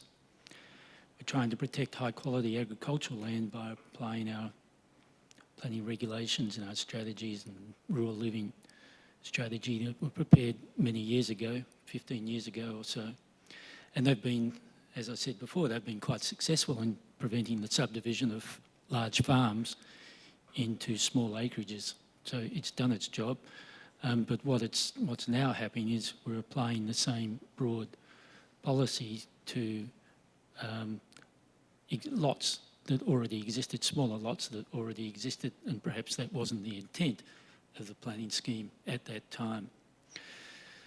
At present, this 20-hectare lot is constrained in its contribution to the farming economy by not having a dwelling on it. And could you try again? Sorry, I'm not sure what that was. It's okay. A bit of feedback from somewhere. Siri. Bye, Siri. But officers argue that removing half a hectare for a dwelling will reduce the contribution, but it looks to me, from what we hear, that the application proposes a dwelling to allow a more intensive alternative contribution to the farming economy. It allows an experienced farmer to increase his contribution to the farming economy. It allows possibly a transition to retirement, a succession plan, or just planning for intergenerational farming. This approach, this application, aligns quite well with the rural land strategy objective to encourage more intensive alternative farming enterprises. The officer report says the owner can manage the proposed farm enterprise while living elsewhere, but I think that shows a bit of a lack of understanding of the risk involved in managing valuable stud cattle in a highly visible, easily accessible outpaddock. These cattle, worth around what we hit $15,000 to $25,000 each, 40 of them, possibly on site. That's around $800,000, nearly $1 million worth of cattle walking around that possibly could wander off in the dark onto the road and get killed, or they could wander into someone's truck because there's no one there to supervise the cattle. Officers also say the dwelling will limit the operation and expansion of adjoining and surrounding farms, but we haven't heard that, or there seems to be nothing in the report that shows how the dwelling would impact on the operation of surrounding properties. And as for the expansion of adjoining farms, a dwelling on this lot won't prevent the purchase and consolidation of adjoining properties either by neighbours or by the owner of this lot themselves. They might buy next door if it proves to be a lucrative operation. So once more, councillors, I urge you to approve this application for a dwelling. Thank you. Thanks, Councillor Costin. Councillor Bell. Thanks, Mayor. Won't speak for too long. Again, we're in a pretty similar situation, in a degree of subjectivity around how we reference the planning matter in front of us against the planning scheme, which has been highlighted by all of us, I think. I think Councillor Costin summed it up pretty well. I mean, I think there's a strong justification for aligning this application with the relevant strategies, the planning scheme, and other dimensions that we need to consider more broadly. I think the financial position and potential is a pretty strong reason why there is justification to grant a permit for a dwelling, and I think there's also a minimal amount of justification that would see a disconnect between building the dwelling and the disintegration of high quality farmland, or whatever it is actually referred to in the planning scheme. So based on that, I'm happy to support this motion in front of us. And again, just outlining the challenges that are before us when considering in this context. Finally, I'd just like to thank the submitters as well. I think they were well articulated and provide a good background for the decision that we have to make, so thank you for that. Thanks, Councillor Bell. Councillor Hart. Yeah, thanks, Mayor, and I'd also like to thank the submitters and thanks the clarification on various questions that we asked during this evening. Mayor, this is probably the one application today which I've had the most difficulty with, and I'm hoping in speaking first after the mover and seconder that I'm really interested to hear some of the debate from other councillors who have had a lot to say on earlier items. But what I do observe on this particular one, not only is it farmland of strategic significance, not just farm zone, and I'm not trying to underplay the importance of the farm zone, but this has the added issue that it's farmland of strategic significance. I keep coming back to page 332 of the agenda. Yes, 332. And when you look at these various applications we get, it's not often you see such a lack of housing in this particular block. By block, I'm talking about the larger block, Warrnambool train line, roughly to the north, Underwoods Road to the south, Larpent Road on the west. And you look at those, and it appears that this side has another 50 acre block approximately to the north, a smaller one but still quite significant size to the south, several blocks to the east, and apart from two houses which were built many years ago from what we can gather, I haven't seen one like this that has such an absence of housing. I know some of the others only have a few houses, but they've been much smaller lots. And collectively, this, I think an interesting statistic would have been to have the cumulative size of this particular area, this farmland of strategic significance. So I'm hoping that I might hear some commentary from some other councillors, and I'm not locked in either way yet.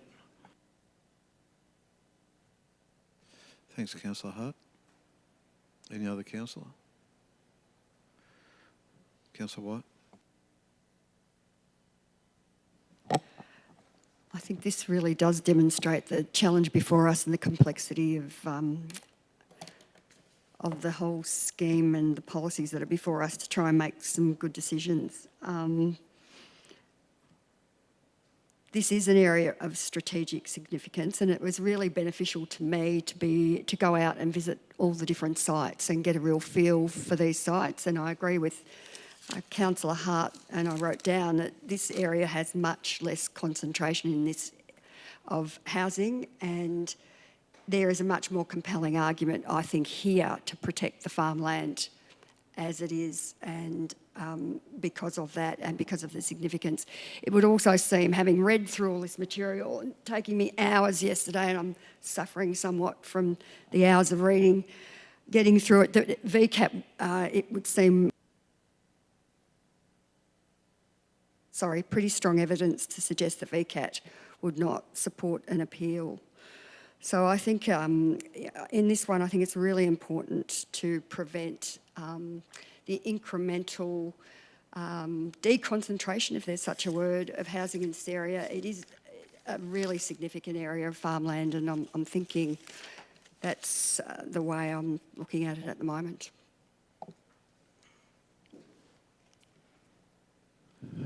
I might just say a couple of words. I think tonight's highlighted the difficulties councillors and officers have with the planning scheme, and I look forward to a discussion next year about moving forward on this. But in the end, I think it's important to in general terms, but in relation to this particular matter, it is in that area of strategic agricultural significance, and it's different to the others. And having visited the block, it's just a beautiful piece of land, and I think that legislation is there for a strong reason and purpose. There's a number of VCAT commentaries around it, and I compliment Councillor Costa for bringing his motion, but I'm not sure I can support it.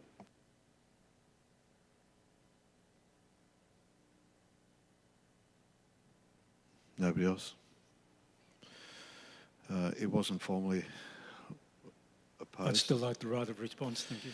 Yeah, I'll give you one, but yeah, I'll give you a couple of minutes, certainly. Thank you, Mayor. I appreciate that.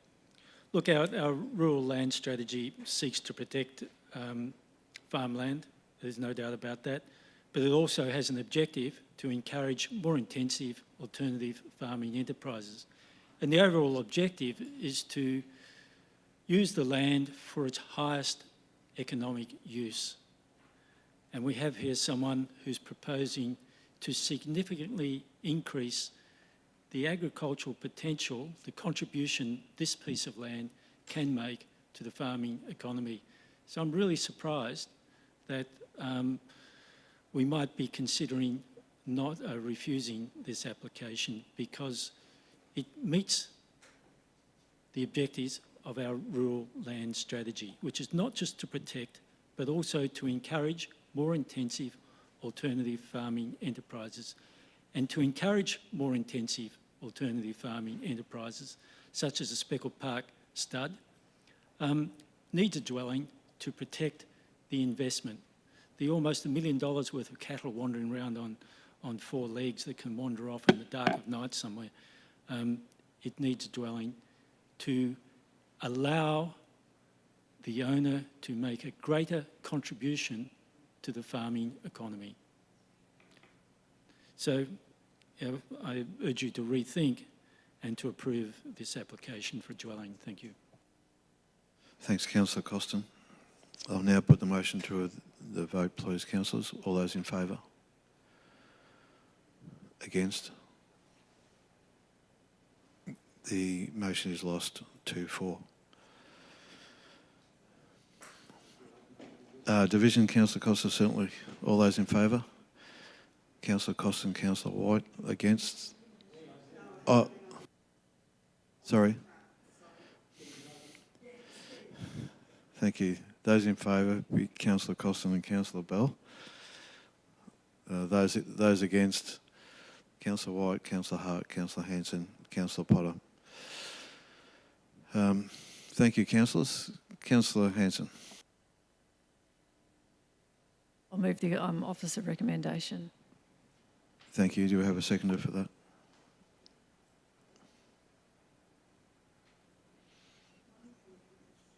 So we need to make a decision. So now Councillor Howard is going to move the officer's recommendation. Yes. Is there a seconder, please? Thanks, Councillor White. Is it to be opposed? Councillor Hanson. All right, it has been a long evening and a lot has been said, and I think tonight or this afternoon into tonight has really highlighted the complexities of the farming zone.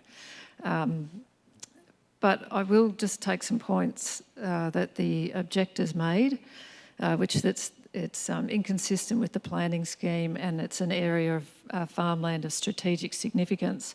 I'll also draw on some things that Councillor Hart has made, some commentary just around the fact that this area is an area where there aren't enormous amount of houses. It's really a farmland of strategic significant area, and I think the last thing we'd want to see is houses on smaller blocks in this area. I will say I do thank the applicant because I believe wholeheartedly everything that they've told us and what they want to use the block for. But what happens when a house is permitted on these blocks is it does change the blocks forever, or the block forever. And while, for the next 10 years or 20 years, it might be used to raise the livestock that Councillor Costin spoke about, after that, anything can happen. And most likely, it could end up being a lifestyle block. Who knows? It could end up being used, for farming. We don't actually really know that. But once we do grant a permit for a house on these smaller blocks, we do open up that avenue for them to be changed quite significantly. I won't go on because a lot has been said tonight. There is the avenue for the applicant to appeal through VCAT. VCAT have often held a pretty strong line when it comes, we have had some examples, pretty strong line when it comes to these types of things. But I think I've almost said enough, and I don't even know what to say anymore because it has been quite a long night. But today has highlighted the challenges of the farming zone. Thanks, Councillor Hanson. Councillor White. It's really getting to a struggle. Look, I've got to say I appreciate Councillor Costin's arguments to support people to do something different and follow their dreams. But I think in this situation, the argument isn't strong enough to not uphold the principle of protecting the farmland. And we've all said it 100 times, it's of strategic significance. And I'm not convinced that what was put before us was enough to overturn that and make the decision the other way. I think Councillor Costin talked about things like having to be right on site to look after the animals. I'm sure there's lots of farmers all over the place that are not going to be in that close proximity to their stock. So for me, the argument is quite compelling to refuse the permit. Thank you. Any other Councillor Costin? We only have a certain amount of agricultural land within our shire boundaries, and we should be making the most of that land. And to me, that land is not fulfilling its potential. Just look at the numbers of what those speckled park cattle could be worth, what 40 of them are worth. It's almost $1 million. Our land strategy is not just to protect land to its existing use, to constrain it from fulfilling an even greater potential. We should be looking for the highest economic use of that land. And his proposal to use that lot in a way which would contribute more to our overall farming, our regional farming product. So I think this is a bit of a waste, and I think we really need to stop thinking, having all this fear and uncertainty and doubt about it becoming a rural lifestyle property that doesn't contribute, because that's only one scenario. Another scenario is that this venture is so successful that this farmer could buy next door and just continue to expand. It could become a very profitable venture and contribute even more. So let's get over this, just thinking about the worst case scenario. Thank you. Thanks, Councillor Costin. Any other councillor?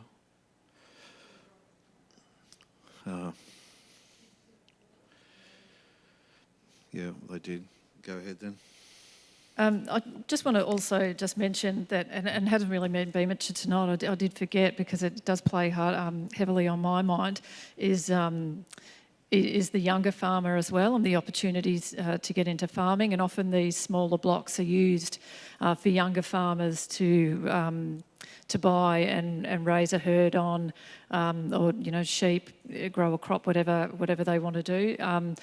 I've seen firsthand many examples of it. That that's often often how, when a son or daughter comes home, often there's that's a way almost of a way of remunerating someone when they come home to a farm, is to buy a smaller block, a smaller parcel of land. And the other thing is this parcel of land has probably really complemented the current farming operations of the applicant, and there's many farmers that do look for those types of out paddocks, those smaller blocks that they can afford to buy, because you can't build a house on them.